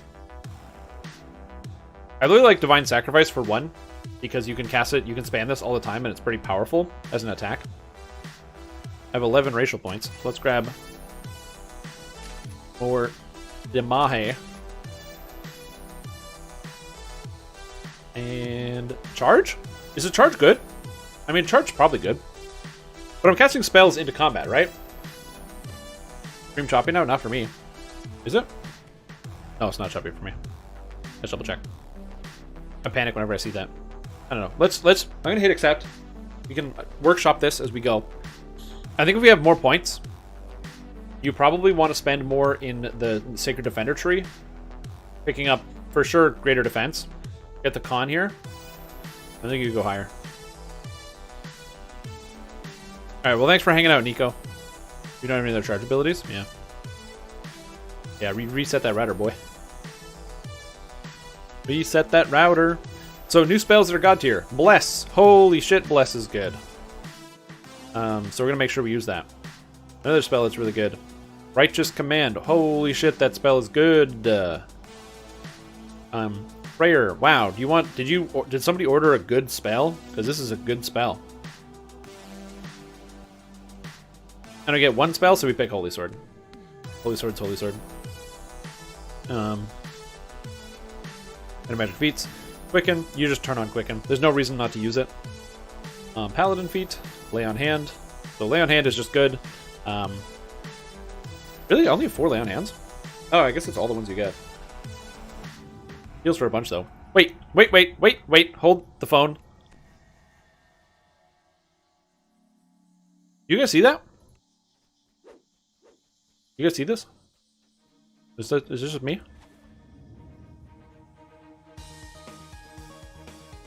Am I a robot? Why am I a robot? I'm getting repaired. What the heck is going on? Hey, what's going on? Displacement. Now, this character is displaced, by the way. I'm playing Displacement Paladin right now. That's pretty sick. Greater color spray. So I could cast regular color spray, right? Like an idiot. Or greater color spray. Which doesn't break when I hit people. I'm Paladin with the color spray. Gotta conjure yourself some Shadow Blades, because Shadow Blades are really good. Sacred Defense, turn that on. Also, I think if you imbue with Shadow, that's an enchantment. But it keeps on force damage. Okay, so it's still raw force damage. It's not bad. What else do I need? I need Ring of Shadow Blades. I need Fan of Shadow Blades. And I need Shadow Blade.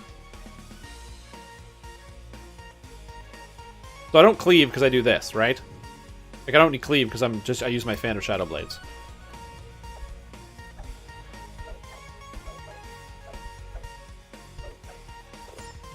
That makes sense? I mean, that kind of makes sense. Alright, summon my familiar. Hey, I got a pseudo dragon. He's all purple. He does not know where he is going. Come on, buddy. Come on, buddy. Oh, God. Guys, my pseudo dragon is slow. I need to get the rocket boosters installed in my pseudo dragon. So benefits of this build. You don't need a weapon. During the entire leveling process, you never need to make sure you pick up a weapon out of a chest. You can ignore all of them because they don't matter. Because all that matters is your Shadow Blades. Very cool. For whacking the crap out of people. Also, this is a heavy armor class, so we want to use heavy armor. I don't really care about the first level wizard spells that I had. Death Ward is a spell I would love to get, but I don't know if I'll be able to get it. I'm just going to head to my bank guy here and just grab some stuff. And we're going to re-gear and try out a quest and see how this character performs. How does it feel? You know what I mean? How does it feel? For that. I'm just going to get all new items. I'm just looking for the stuff that I can't replace. Yeah. No, I don't need to craft a weapon, so I don't need that. Well, it's in my inventory anyway. Okay. Real question. What items in the game are force items? This is a serious question. Where can I get a force item for level 15 or lower? Not a joke. This is an emergency.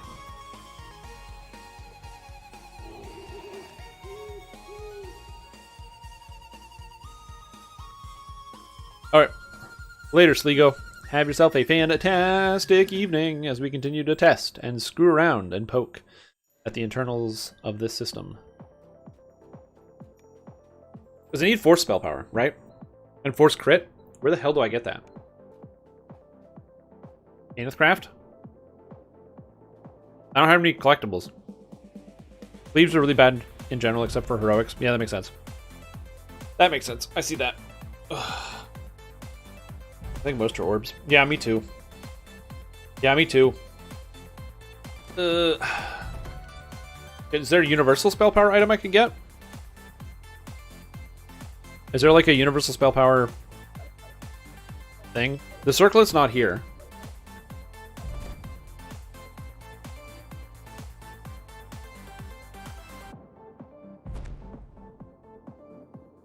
Damahe? Oh yeah, you gotta get the Damahe. Well, I just want it to work. Like you would have a force item somehow. You would craft it. Yeah, but I can't get a Pansafic circlet. Alright, so here's the trick with this character. Watch this. Watch this. This is gonna blow your mind. Watch this. Alright. Heroic set items, please. So the set you can use on this character is Hallowed Castigator plus Blessed Bulwark plus the Hallowed Trail. And we do this because I need my next slot for free. Alright, I need my next slot free. I think I need the next slot free. Wait. Aether Band? No. Dusk Lenses. Dusk Lenses! Potency and Insightful Potency. That's what I'm talking about. Good job, guys. Good job. A round of applause. Came up with the idea. I like that. I'm just like, how do I get some spell power on this character? There's got to be an item in the game that gives spell power, right? Like, I'm not crazy. And now I want to find something that is spell thingy. What gives illusion? Where are the illusion items?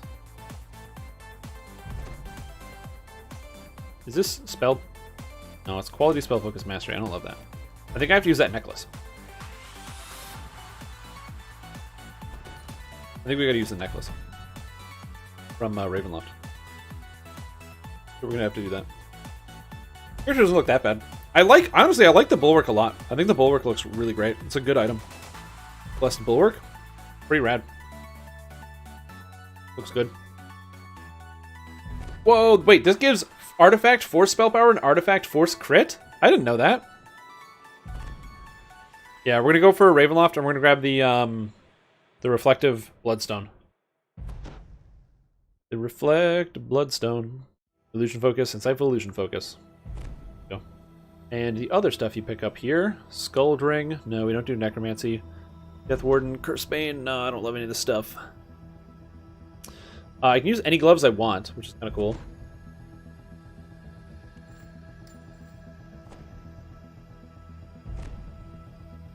I'm just putting some stuff together. This will take me like a sec. I need a Charisma item, because I'm a Charisma guy. So let's head to update 38. Grab a Heroic Charisma helmet. Because that's how we do. Yeah, because there's another thing here, I think. Compliance? Yeah. This also has potency on it. Interesting. Don't love the look of this one, though. Like this little, like, bald cap. Vistani belt. Good call. Good call, the Vistani belt. I was just looking at that one. That's a good item. That's a fantastic item. Blur-fingered gloves. I don't need any of these stats. Flightfoot Greaves are just the Flightfoot Greaves. I don't know if there's many other items that are going to replace them in any capacity. Any Fighter Sash is just good. That's just good.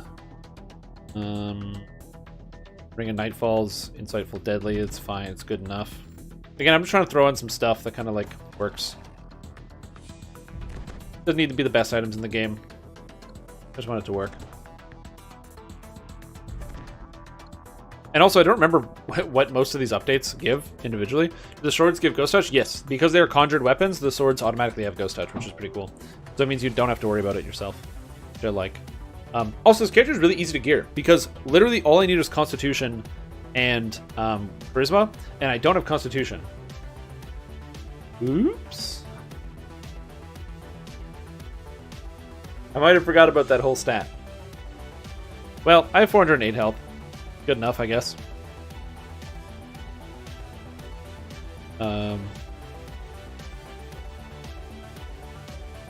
Yeah. Part of the family gloves? Not a bad idea. Not a bad idea. Master Maker Fingers, Attunement Gloves. No. They're in here. Hammer Fist. Insightful Deadly, Seeker, Combat Infusion.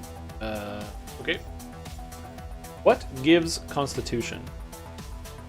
I have a tome. This is no items being a drow. Ah, drow. Known for their high constitution. I don't think. Is there like a con ring somewhere? I can't use any of that stuff. Update 44. From the Borderlands? Nope, not good enough. 45. What's update 45? I'm trying to remember what actually happens in this game. Stuff. Oh, that's this stuff. Oh. I don't think a lot of these items are going to do well for me. No.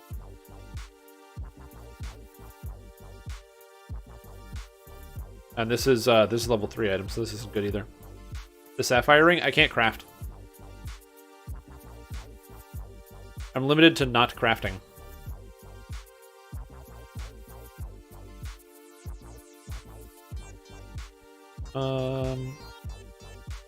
Ring of Flickering Steel. Yeah, I don't know about that.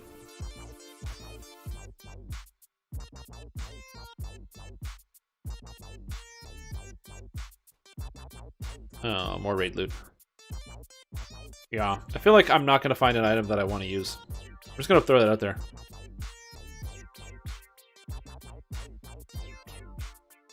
Just, I'm feeling good about that.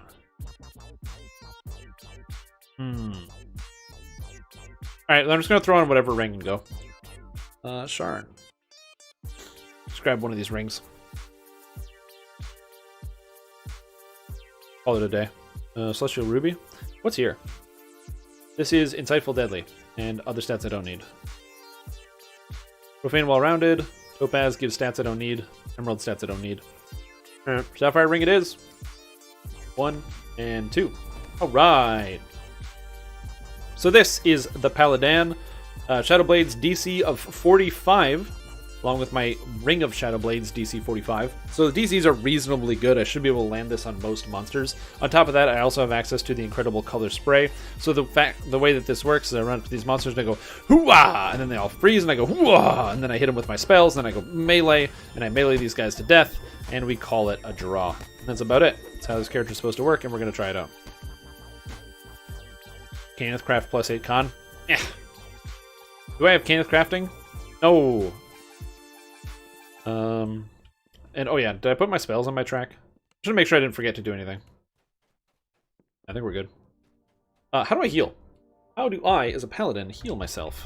Spells. Slots. Ugh, Cure Light Wounds.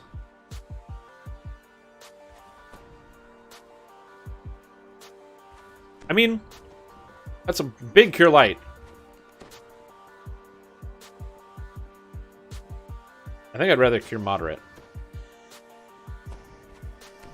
There we go. Tracker's Band. Level 15. Oh yeah, that's Aasimar Scourge, man. I love that item, but I don't know if I can change my race to get one of those. Force in Tandem.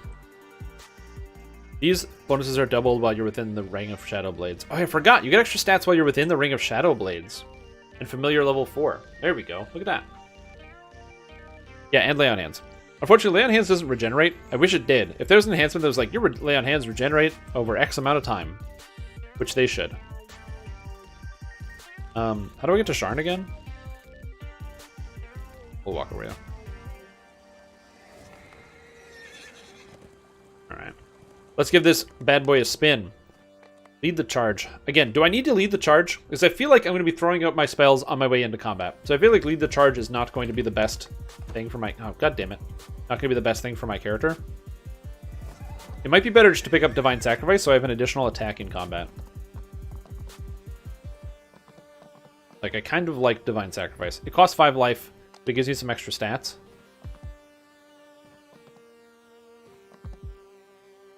Yeah, seems good.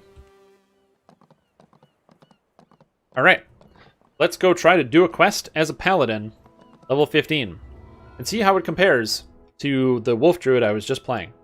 Bear in mind, this is a character designed to attempt to make something work. This may or may not actually function. I'm probably missing a lot of details, but this is a... try it out.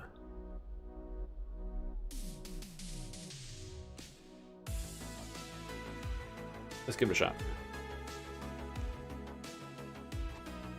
Bless. Righteous Command. Holy Sword. I don't have that spell. Divine Might. Get Displacement on. Get Prayer. Alright. Why does my Prayer last longer than my Displacement? Conjure my Shadow Blades. That's a start. Over here. Ring of Shadow Blades. Fight the monsters as they come into it. Clear out my blind. AoE these guys.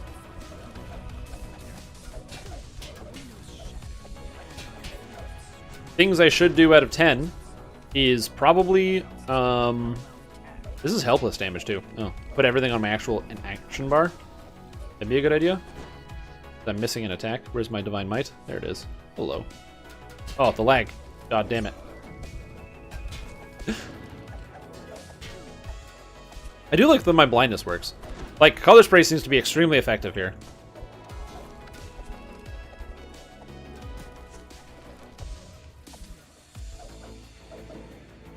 So, you know, different level of success over here. But it's not like it isn't working. I definitely don't do as much damage or attack as fast. That's a symptom of not having any action boosts. There's limitations on what you can, as much as you can, or on how much you can do.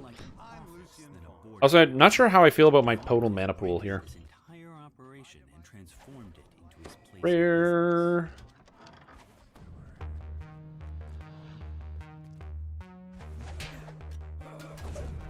I don't know how much damage the Ring of Shadow Blades actually does as well. Like, compared to some other options I might have in combat. Also, I forgot that my actual Shadow Blades that I have like an instant kill effect on them. So they have a chance to actually cause an instant kill, which is pretty cool.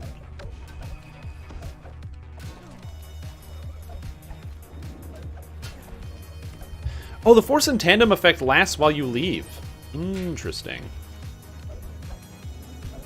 One fighter for haste boost? Actually, that's a really good idea. One fighter for haste boost would be pretty sick.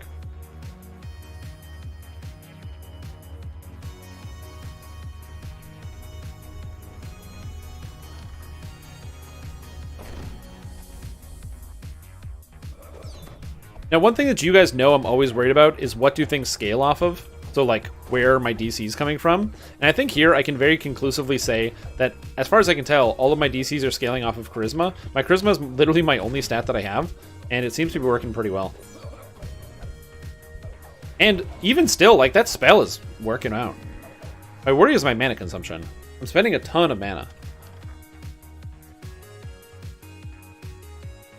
I feel like I'm spending way more mana than I think I'm spending. You gotta kill the Bormar Trapper first. But the crowd control seems reasonably good. Oh no. Oh no. The monster lives with just a smidgen of health.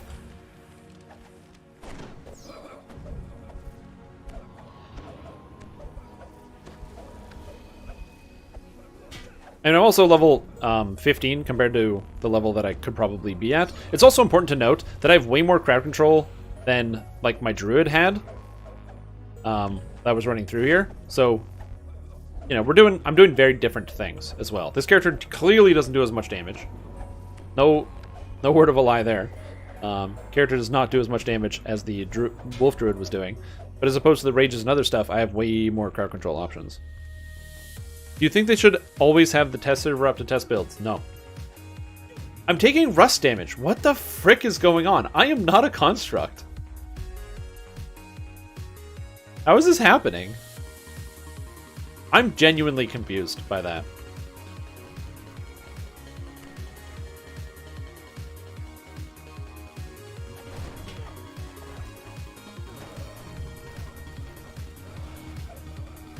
This is what you gotta do. This is how you paladin, by the way.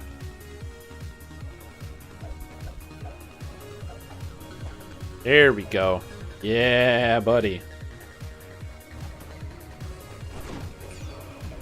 There we go. That's the paladin way.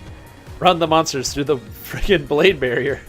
I just think I'm a drow. Yeah, I know. Yeah, I don't know. Do I have Warforged traits?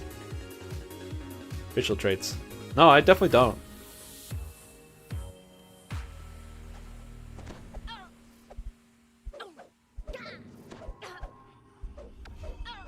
You're in way over your head. No way, man. You're in way over your head.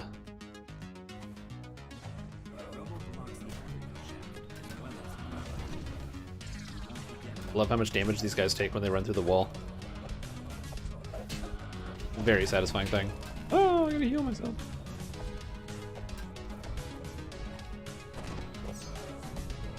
Honestly, I'm not sure how useful the single target blade is, because it does have a reasonable cast time.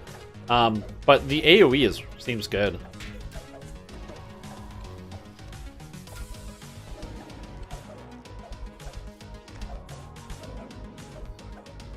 Character seems mostly fine. I spent a lot of mana though. How do you solve the mana problem? Taking fighter for haste boost is an interesting idea, but I also need to solve this mana problem. I feel like you do what? Like take a level of sorcerer or something?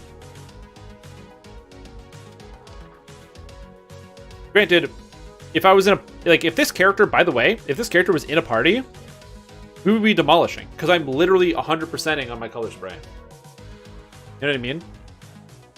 So, I feel like this character... Oh, I should heal before I do this. Why am I still repairing? Why am I repairing? I don't understand. Anyway. Yeah, this character feels like it would be a monster in a group. Harper for mana? No. Probably was like take a level of sorcerer or favorite soul or something. But the favorite soul doesn't really amplify this character very much because I already have Divine Might. Come over here. Hey, an actual construct. Well, guess what, construct? You're done now. Oh, apparently not. 270 damage is not high enough damage, apparently. Oh yeah, I should be using my blade barrier. Oh, that's not the blade barrier. That's the blade barrier. There we go. I don't know. There's a lot of moving parts in this puzzle, I would say, but for the most part, I find it pretty interesting. No, get up. Having the burst healing, being able to pick myself back up. Reminder: I'm doing a quest like Sharn on Reaper 1, and I didn't spend any of my Reaper points. So this is Reaper pointless Sharn Reaper 1 with no con items. Did I take the repair skill? I think I did, yeah. Hit this guy. Oh my god, he dodged me. Ninja. Oh man, and now he's like, I'm getting body blocked. Now I literally just fight these guys. This is where you drop the wall. That way you get extra stats while you're inside of it. And then you just kind of go to town on these guys. The character's also, because I'm playing as a paladin, really tanky. Like, you know, my saves are all above the 40 at this point.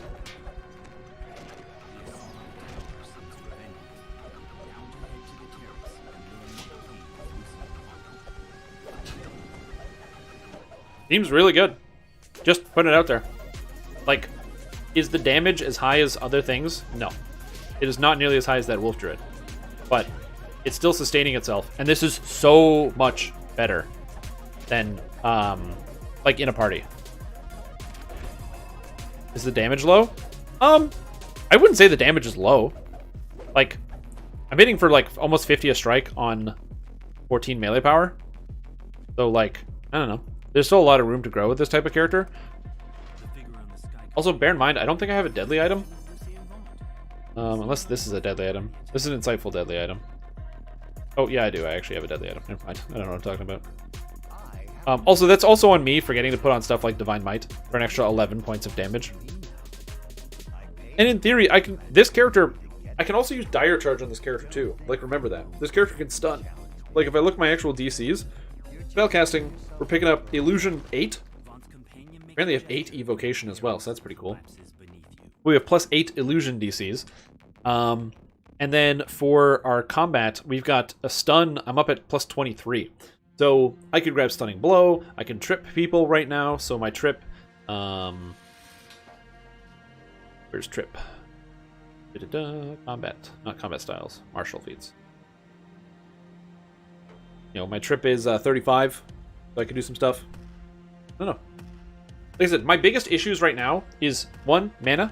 I feel like this character uses a lot of mana, and I think that's always going to be a problem. 2, solo ability. This character actually seems fine for solo, and can probably do most content in the game. No, they don't continue to take damage. It's like Blade Barrier. I kind of wish they continued to take damage. Like, it did damage like every 4 seconds or something. Like, that would be a better spell, but what are you going to do?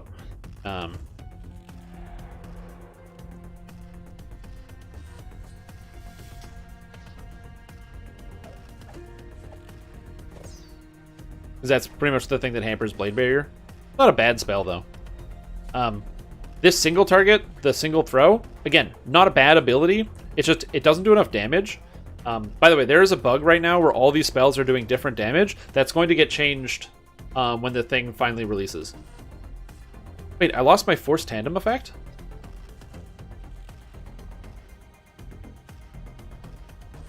Oh, if you cross the barrier! Oh, Force and Tandem doesn't work while you're standing in it. You also have to cross the barrier of the Shadow Blades. That's very interesting. Huh. I don't know. I like it. The idea that this janky, stupid paladin kind of works is really cool. And again, I didn't spend any Reaper points. This was a level 15, 14 paladin, 1 wizard with I mean, yeah, I have a lot of the shard gear, but none of them is crafted. And some of them, like dusk lenses, that's not very optimized. I honestly don't think most of the stuff is hard to come by. There's a bunch of Ravenloft stuff as well. I feel like you could definitely make a good character with this. Yeah, if it just could proc on its own, I think that would make it much better. And then the stuff that this character is still missing, Familiar's Reach, getting all your spells within large. Now, this might not sound huge, but it's important to note that with something like this, it makes it so that the little beam goes twice as far, but it also increases the range of that and of your color spray. So these spells, I believe they all get enlarged. So that's pretty cool as well. You can look forward to that. That's another one. And then the Capstone, Master Illusionist. Again, this is a character that works really well in a party. This button is a crazy cooldown. For 10 seconds, you and all of your allies have 95% concealment. Really good. Now, you are going to lose out a lot of damage on this character, and I'm not exactly sure where you would land on a character like this. You need charisma, so maybe you go Fate Singer. How do you balance it? How do you play through endgame? I'm not entirely sure, to be honest with you. It makes me wonder if there needs some like higher scaling in some other places. Maybe whether it's some of these spells need to be beefed up, Shadowblade, or Fan of Shadowblades or something. It also depends on a couple of things. And Ring of Shadowblades is something that could be made a little bit more interactable with the general content. Well, hey, fucking class works. And it's cool. I like the playstyle. Man, going into a pack and being like, freeze, fan, and then start fighting feels good. You know what I mean? Later in Rage Tech, catch you around. I like it. It's really fun. Well, Primal Avatar doesn't give charisma and most stats. In fact, the only thing that is good in Primal Avatar is balanced attacks, and you would just twist that. Maybe you're a bot and you don't know it. I'm not a robot. You guys are robots. I'm a real human. I'm a real boy. Okay? Yeah, oh. And there's probably some adjustments that you can do around here. And you can probably pick up stuff for more damage. It's important to note that I spent so many points in the Fate Arc Illusionist tree. I'm missing out on stuff like picking up on Exalted Smite, because Exalted Smite's really good. Picking up on some more base damage here. Well, Central Demons. You don't need Knight's Training, but something to think about. Yeah, it's really weird. I don't know, the Shadowblades thing is super cool.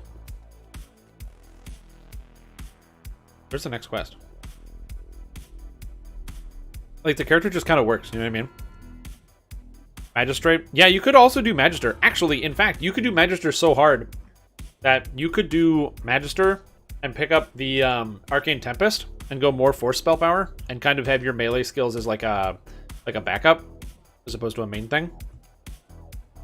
Granted, if you're doing that, I would probably do that as a Bard or an Eldritch Knight or something, because then you actually have spells to go along with it. I feel like because I'm playing as a Paladin, Exalted Angel could also be another option.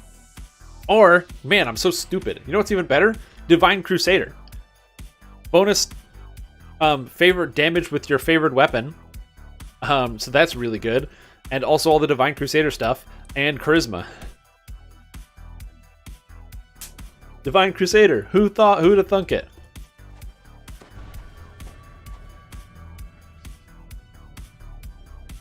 I'm ready to go. Where should I head? Let's see if I can. I'll see what I can find out. Zealot.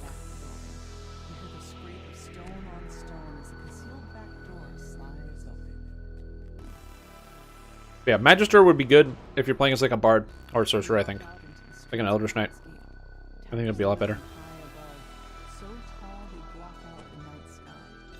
Hit Energy Burst.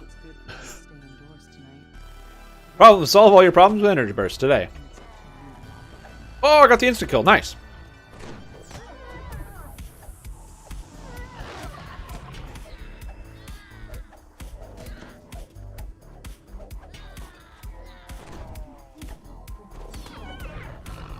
I mean, like I said, look at me, I'm Paladin.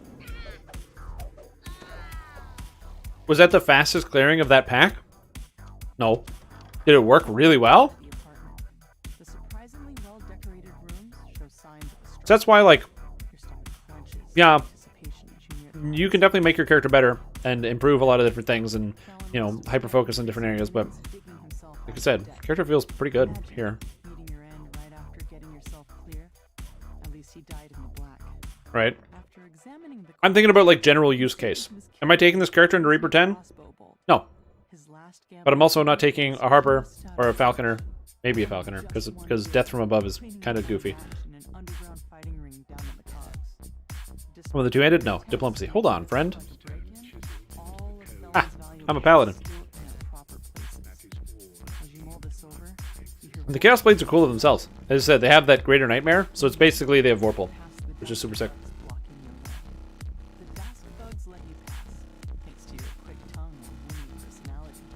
And here...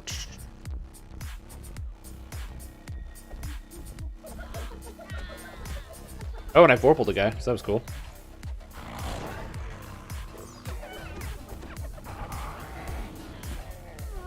Like I said, damage is definitely not bad to helpless targets. I don't know if you can get extra helplessness damage somewhere. I think also it's important to note I'm not using the correct set. What I should be using... The reason I'm not using the correct set, by the way, is just because I wanted to have the extra healing here in case I needed the healing. But if I was actually using the DPS set, this one, the part of the family set, I'd have 10 more melee power, 10% more double strike, and more damage versus helpless, as well as fortification bypass, which would be pretty substantial. 14 Paladin, 1 Wizard. Oh, tell me what the build is? Yeah. And this is Reaper 1 Sharn. And I'm just using the gear that I bought out of the Sharn vendors.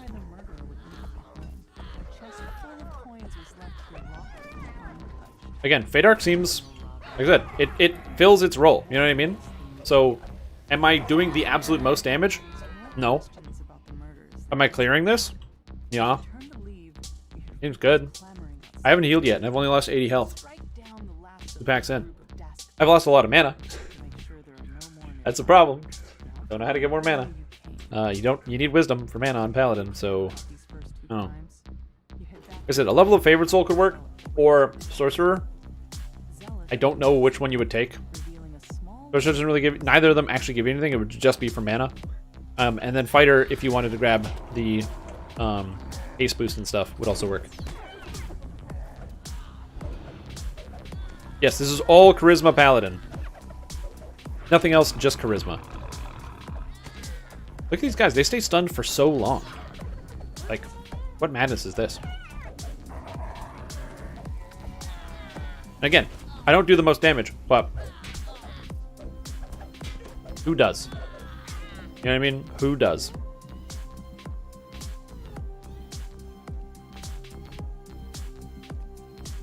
Yeah, wizardry items would also help. Extra 100 points. Well, the thing is, one of the reasons why I want to take a level of something that scales mana like that is because it would mean that my charisma would scale my mana permanently. So if I have like one level of Favored Soul, then all of my mana that I get, like as I level up, I will continue to get more mana based on increasing my charisma. So it's like a scalable thing. Versus like wizardry, which is like an extra 300 points. Also, these guys are blind. Look at them. They can't even do anything. Yeah, whatever, dude. See you later, Dask Muscle. Yeah, garbage. I also don't have a way to regenerate smites, because I'm not a real Knight of the Chalice. Like Poser. Just sneaking into the Knight of the Chalice. Trying to take all the cool shit they get.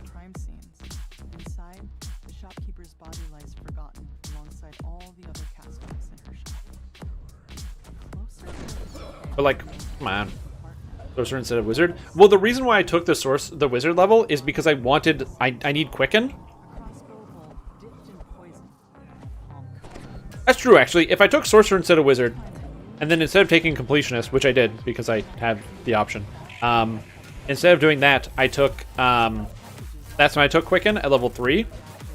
Because you need Quicken for this spellcasting. Like, unquickened Other Spray sucks. So if I did that, so I did Sorcerer instead of Wizard, then that would actually solve my problem. And then I would just take Fighter to get the extra feats back. Yeah, then you take the level of Fighter to get the feats back. Alright. Yeah. Yeah, that's actually way better. Good job, guys. Pat yourselves on the front for that one. Where's that trapper? There she is.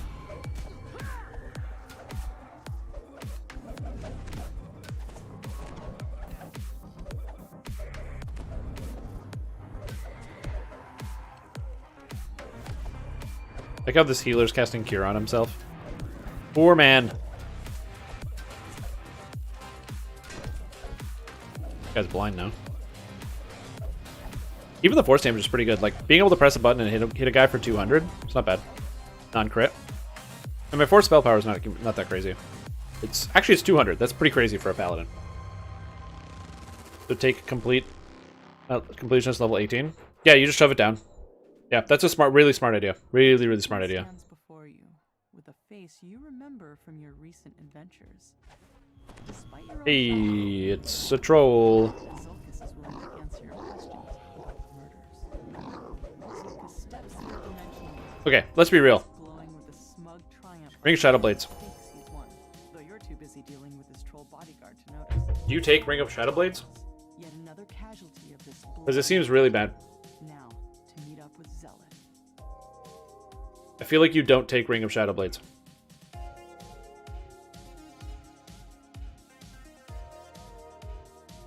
Like, you have, even if you kite monsters through it, it's just not good enough. That would save me 3 points on this build. I think Ring of Shadow Blades is not good. It's a cool concept, and it looks cool.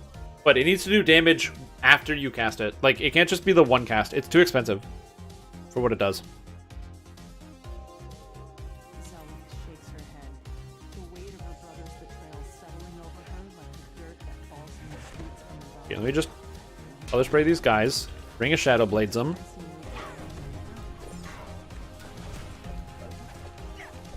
And I'm going to wait over here, so those guys have to leave the ring to get to me.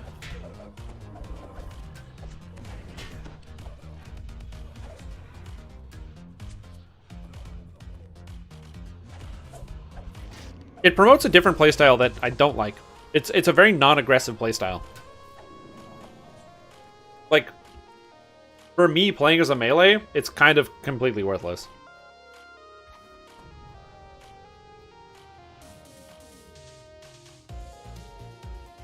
You stoop down to search the contents of Naaman's pack. Looks like he was fleeing for his life when the murder got to him. More slashes. There's a Boromar Trapper in here that I need to deal with. Time you see the pattern. That go in, get the ring, Miss such an I kill the Trapper. slashes rarely occur. The reason why you kill the Trappers is because the Trappers are the ones that are dropping the dangerous spells. You find a security ledger embossed with Vaunt Arcanotechnic symbol. A quick And now, in theory, the monsters are going to run and attack me and die to Shadow Blades. It's too big of a coincidence to overlook, I mean, especially I don't since know. the note in the margin talked about cleaning the more I up use the it, loose maybe it's not that bad. That ledger told Like, you for place years it, and then you... the victims all worked for Vaunt and were killed because they knew too much about his operations. I just feel like this spell is going to fall off. You know what I mean? The last of the attackers. You can't let Like, this spell will, in no short time, stop being good entirely. catch up with That's my worry. or in on the job so far. Like, it won't be like an hour before this... Well, like, you know...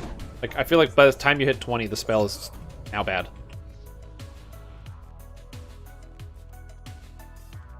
You can't place it at a corner. I think maybe if it did more to help you. It's not that it's bad, it's just not good for melees. Yeah. Goes from behind Maybe if it did more to help you as a melee. What if this thing, Force in Tandem, gave you a melee buff while you're inside of it? Does that make sense? I mean, it's not really a melee tree. Ah, he leashed. I didn't even know that was an option. Literally did not know that that would happen.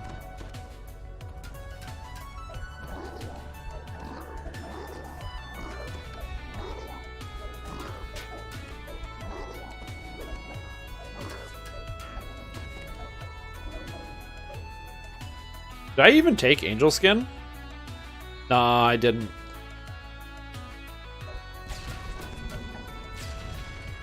Oh shit. That's actually really funny.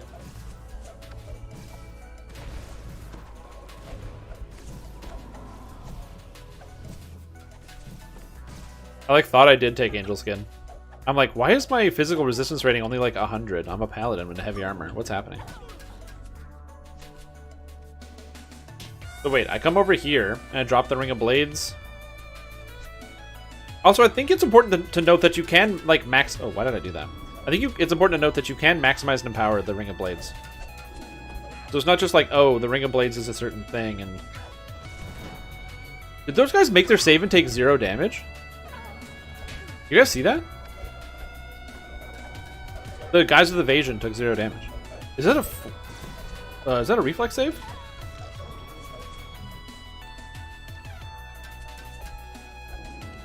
Is this erroneously a reflex save?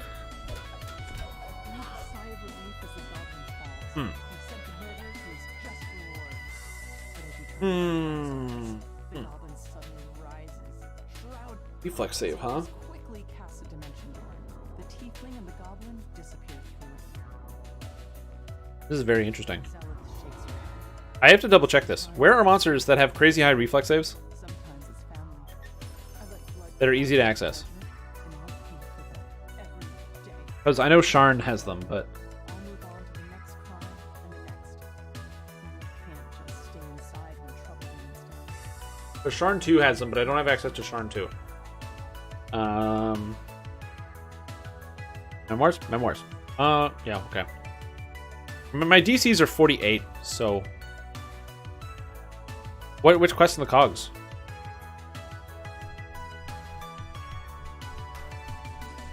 Like those Vaunt guys that have the evasion aren't, they're just like, they're down there, but like I said, my DC is 48. Do I have to go to epics or something? I mean, 48 is a big number.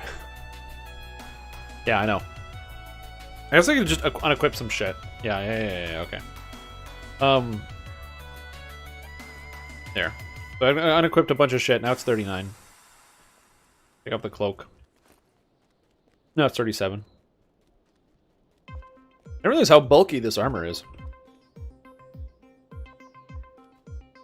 Oh, diamond it gnaws in my soul. This one? This icon? I don't know what to tell you, man. I think. Where am I gonna find monsters with evasion? I need drow. Where are there drow with annoying levels of evasion? Evening Star. That's where. Evening Star. In the mines of Tethymar. A quest everybody fucking hates. Quest zone. Everybody hates. Let's go. Actually, not true. I like some of the quests in Mines of Tethymar. I do not like First Strike. No. Third time's the charm. First Strike's fine. But third time's the charm is the worst.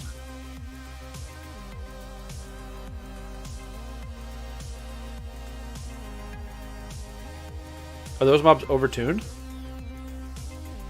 In third time's the charm? Absolutely. Dude, the monsters in third time's the charm have as much health as epic level monsters at level 15.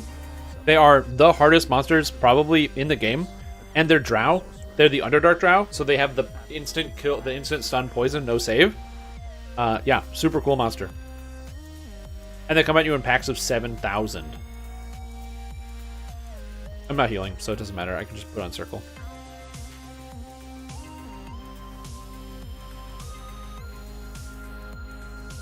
Offering of blood. Nah, I need high level drow. I need high level drow with really bullshit stats.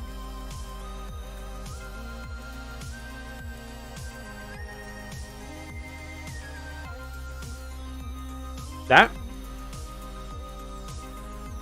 Well, you see, when a mommy and a daddy love each other very much, they create a sort of beautiful pairing. And sometimes that beautiful pairing creates a monstrosity, and that monstrosity becomes turned undead. And so here you are, turned undead. That's what it is. It's a symbol for turn undead. I hate turn undead. I rant about it all the time because it's an ability that sucks. And it sucks because it could be better. It just is not better. Like, is turn undead bad? It doesn't have to be. And because I yell about it a lot, that's why it's there. Do the blades scale off spell power, melee power? Melee power. They're melee weapons. Alright. Oh, wait, what? Oh. It's a good thing I have lots of constitution with my no constitution items. Wow. Alright, here's a bunch of bullshit monsters. If any of them don't take damage... the guards are taking half. The archers making a save. Yeah, whatever. I know I'm getting butchered by these guys. Okay, nope, it is a will save. They just have, but these guys have really big numbers. How do I put my armors back on? What was I wearing? What did I do? Oh yeah, there. I'm not doing this whole quest because that would hurt my brain. But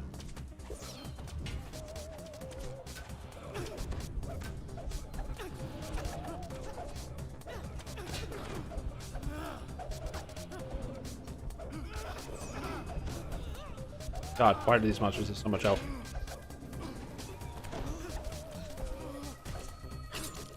These monsters are way harder than Charn. How's the guy? Took a nap? Really good. I'm having a big fan with 14 Paladin, 1 Wizard, which we realized would be better if I was 14 Paladin, 1 Sorcerer. Or 13 Paladin, 1 Sorcerer, 1 Fighter. Yep. Well, the problem with Turn Undead, and this is what happened. Turn Undead is off this archaic system of hit dice. I'm just going to do it really quick.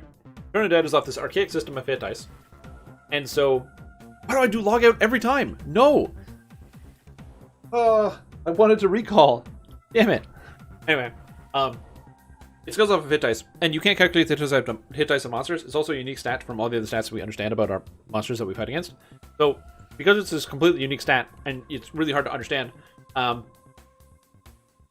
it's hard to build around. Also, there's very few things that increase your Turn Undead ability. So, there's a time when the raid Riding the Storm Out came out, and the whole thing featured these giant undead.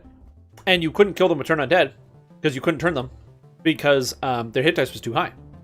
And then Sharn came out, or Ravenloft came out. And Ravenloft was this cool expansion that featured a lot of undead, because it's in this place of vampires.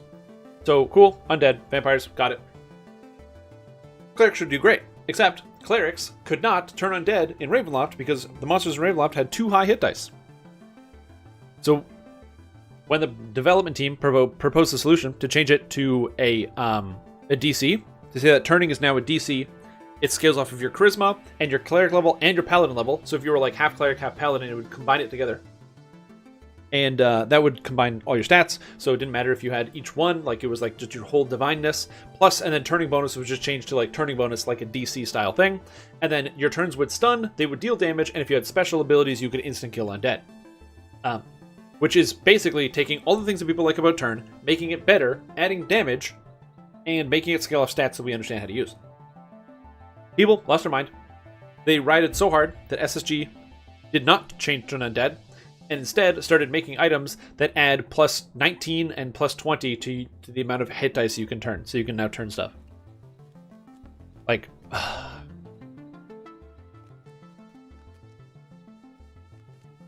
So, like, can you turn undead? Well, do you have that one item from that one quest? No? Then no, you can't. But if you have that one item from that one quest, you can. I hate it. Bad design. Like, it solves the problem. It puts a band-aid on the problem while they come up with a better solution. So I can't blame them for coming up with a better solution, right? People didn't like it. They made a decision. That's fine. I don't like the decision that was made, though. Now I can pick up more charisma. Look at this. Look at all these stats I can pick up. Oh, I can become so powerful. Paladin. What's my lowest save? Probably reflex. Probably.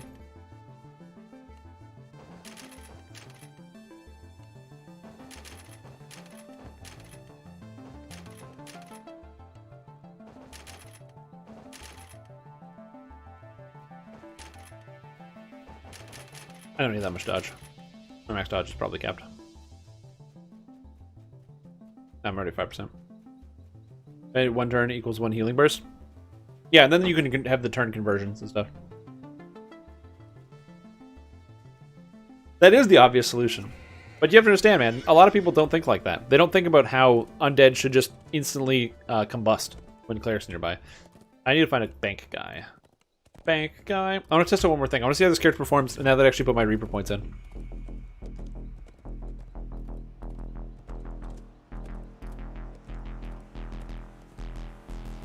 Yeah, the old Radiant Servant. Well, current Radiant Servant still has Healing Burst. It's just you don't ever see anybody playing Radiant Servant because Cleric is not as popular as it used to be. If you take the Harpistry into damage, would that work on the Shadow Blades? Yes, it would. The Shadow Blades are just weapons, so they can be like rearranged by whatever effect you want to put on them. Whether you're using Intelligence to hit damage from Harpistry, whether you're using Falconry to change it to Wisdom to hit damage, whether you are playing as a Wisdom-based Drow Favored Soul, and because it's your deity weapon, you can convert all deity weapons, all favored weapons to Wisdom, and so use Shadow Blades with Wisdom instead of Charisma. Also an option. Here is my boarding pass.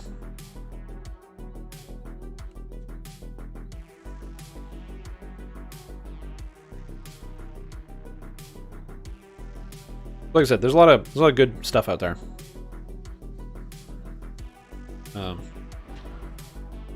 Or like ideas as how to fix turn undead. It's a fixable problem. We can do it. We just need to put the grind to them. Yes, you can also make it a dex weapon. If you are a ranger, you can use dexterity with them. If you are a fighter, you can... or if you are a monk, you can also use dexterity with them as well. Because Tempests can, and Ninja Spies can. Ninja Spies make all monk weapons dex weapons, and they count as centering weapons. So, I believe it says so here. Oh, maybe they don't. I thought they did. Oh, but then maybe they don't. I thought they did. Whoops. Alright.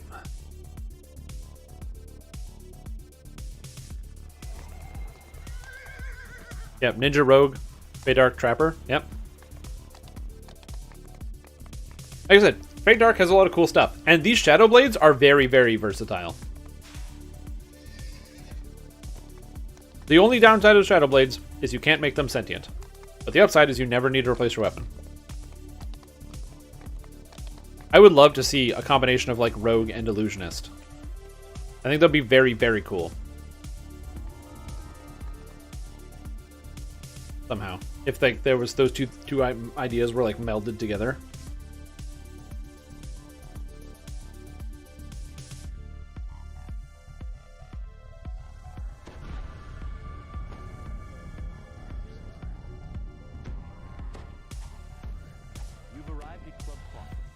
Hey, I've arrived at Club Clawfoot. What's up, everybody?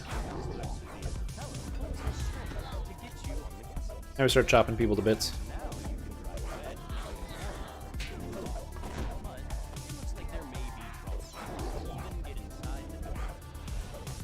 Damage still isn't, like, that amazing. Is the Ravenloft Pendant relevant to the Illusionist class?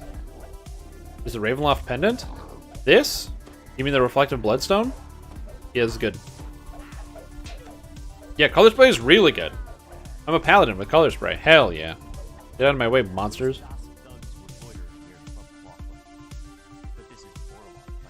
Because you get Color Spray as a Feydark. It's insane. So right now, my Color Spray DC... Well, my Shadow Blades DC is 50. Which is pretty good. So I can like drop down a Ring of Shadow Blades or whatever. Just go Rave, Paladin. Unfortunately, Enchantment and Illusion not quite the same thing. So you can't throw down like an Otto's Dancing Sphere and then like have that work. Like I said, this character is a beast in a party. Solo, it still works, but the damage isn't great. But I'm a beast in a party, and if I go 18 Paladin, that also means I can take all the cure spells if I want.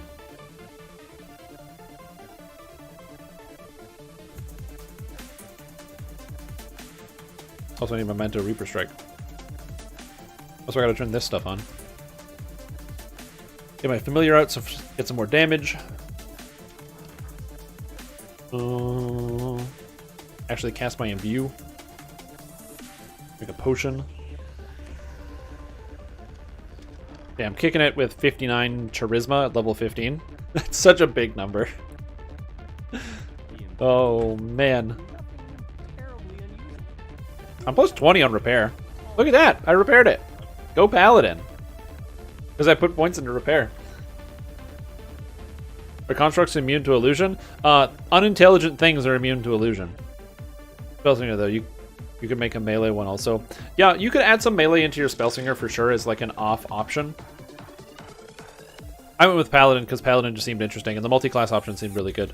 Like 18-1-1, 18 Paladin, 1 Sorcerer, 1 Fighter. I don't know. That just seems like really fun. I might play that when this comes out. I'm either going to do that directly, like this build that we're talking about right here, or I might do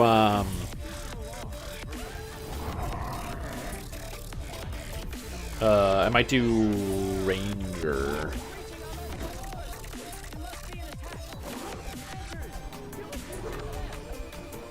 Adventurers, do what you do best. Murder all these innocents. Well, I guess they're not really innocents. They're attacking the nightclub. Yeah, not specifically all constructs, but yeah. Mines. Oh no. We're not playing Shadowblade's Mines. Maybe next Path of Exile League.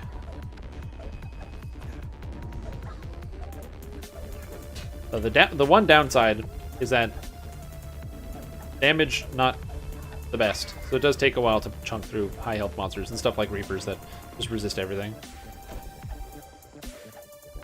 Like you can't critically strike them. I have precision that I didn't turn on, so that's cool.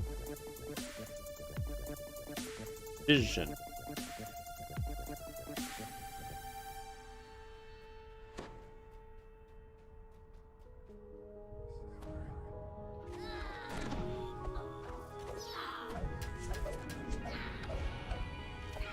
There we go.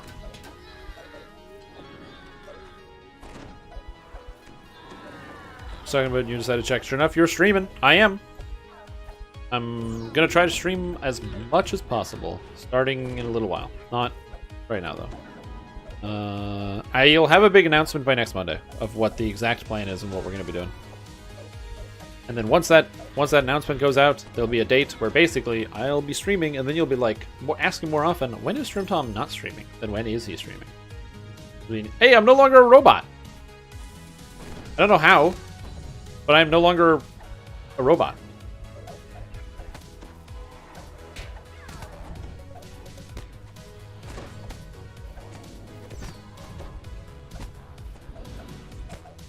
DDO focus still or variety? DDO focus.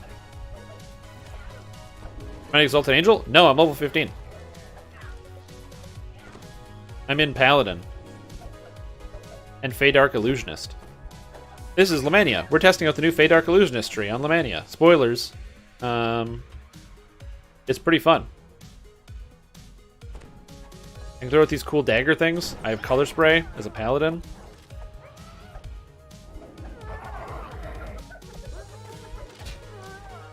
Reaper points cured the robot parts. That's true. Reaper points did literally cure the robot parts. I'm not sure what the deal is with that. Gonna be pretty popular from people that tried it. Yeah, I don't know. This is really good. You might see everybody using Color Spray.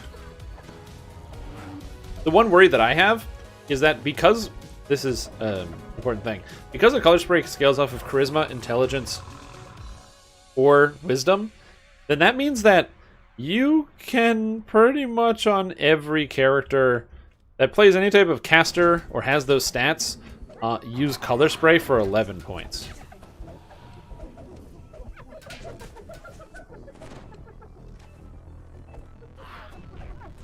I don't know if that's a good thing. But it is a thing that we're going to have to reconcile with.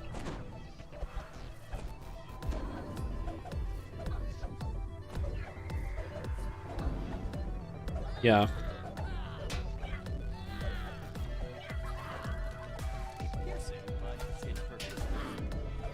I would say that... Ah, shit. No. Stop killing me.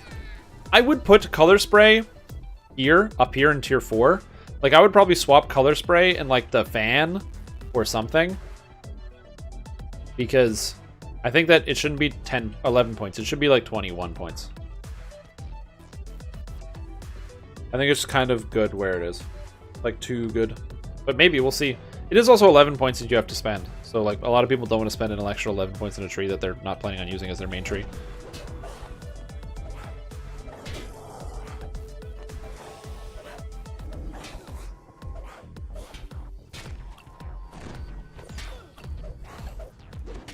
Oh, goblins.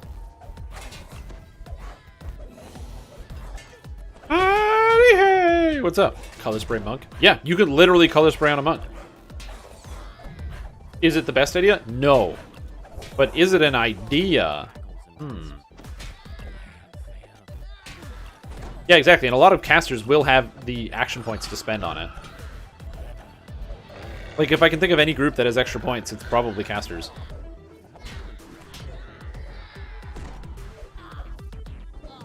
Ah! I am very close to being out of mana, though.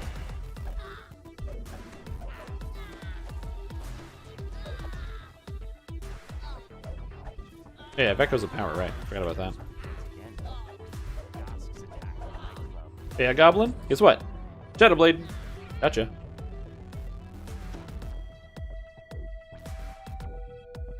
Dude, that lasted so long I missed the shrine.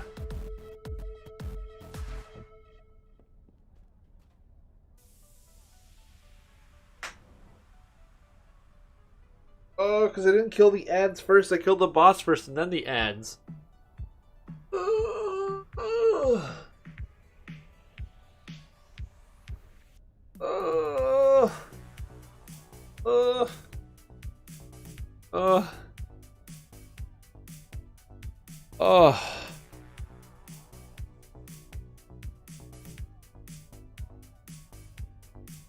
Well, this quest is over.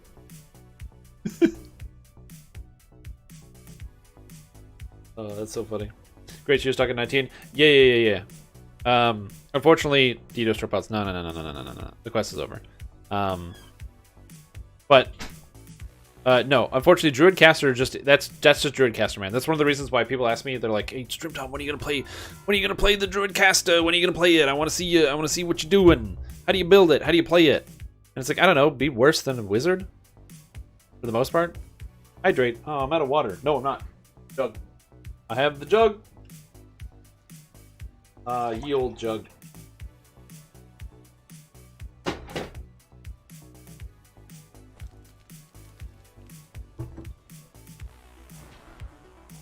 No, you'll be fine.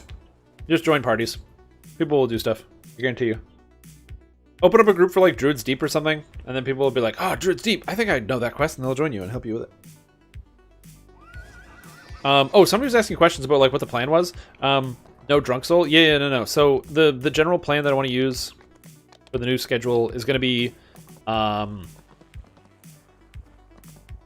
large focus on DDO. I want to start streaming some Lotro stuff soon. So not a lot, like once a week. Stream some Lotro stuff. Show off some of the raids, the content, different types of builds and things in that game. And then my plan is Friday is I'm planning on calling it Freedom Friday or something of that effect, where I'm just going to do whatever. So Friday's like a free day where it's a total grab bag of what it could end up being. Whether it's Drink Souls or another game or something like that.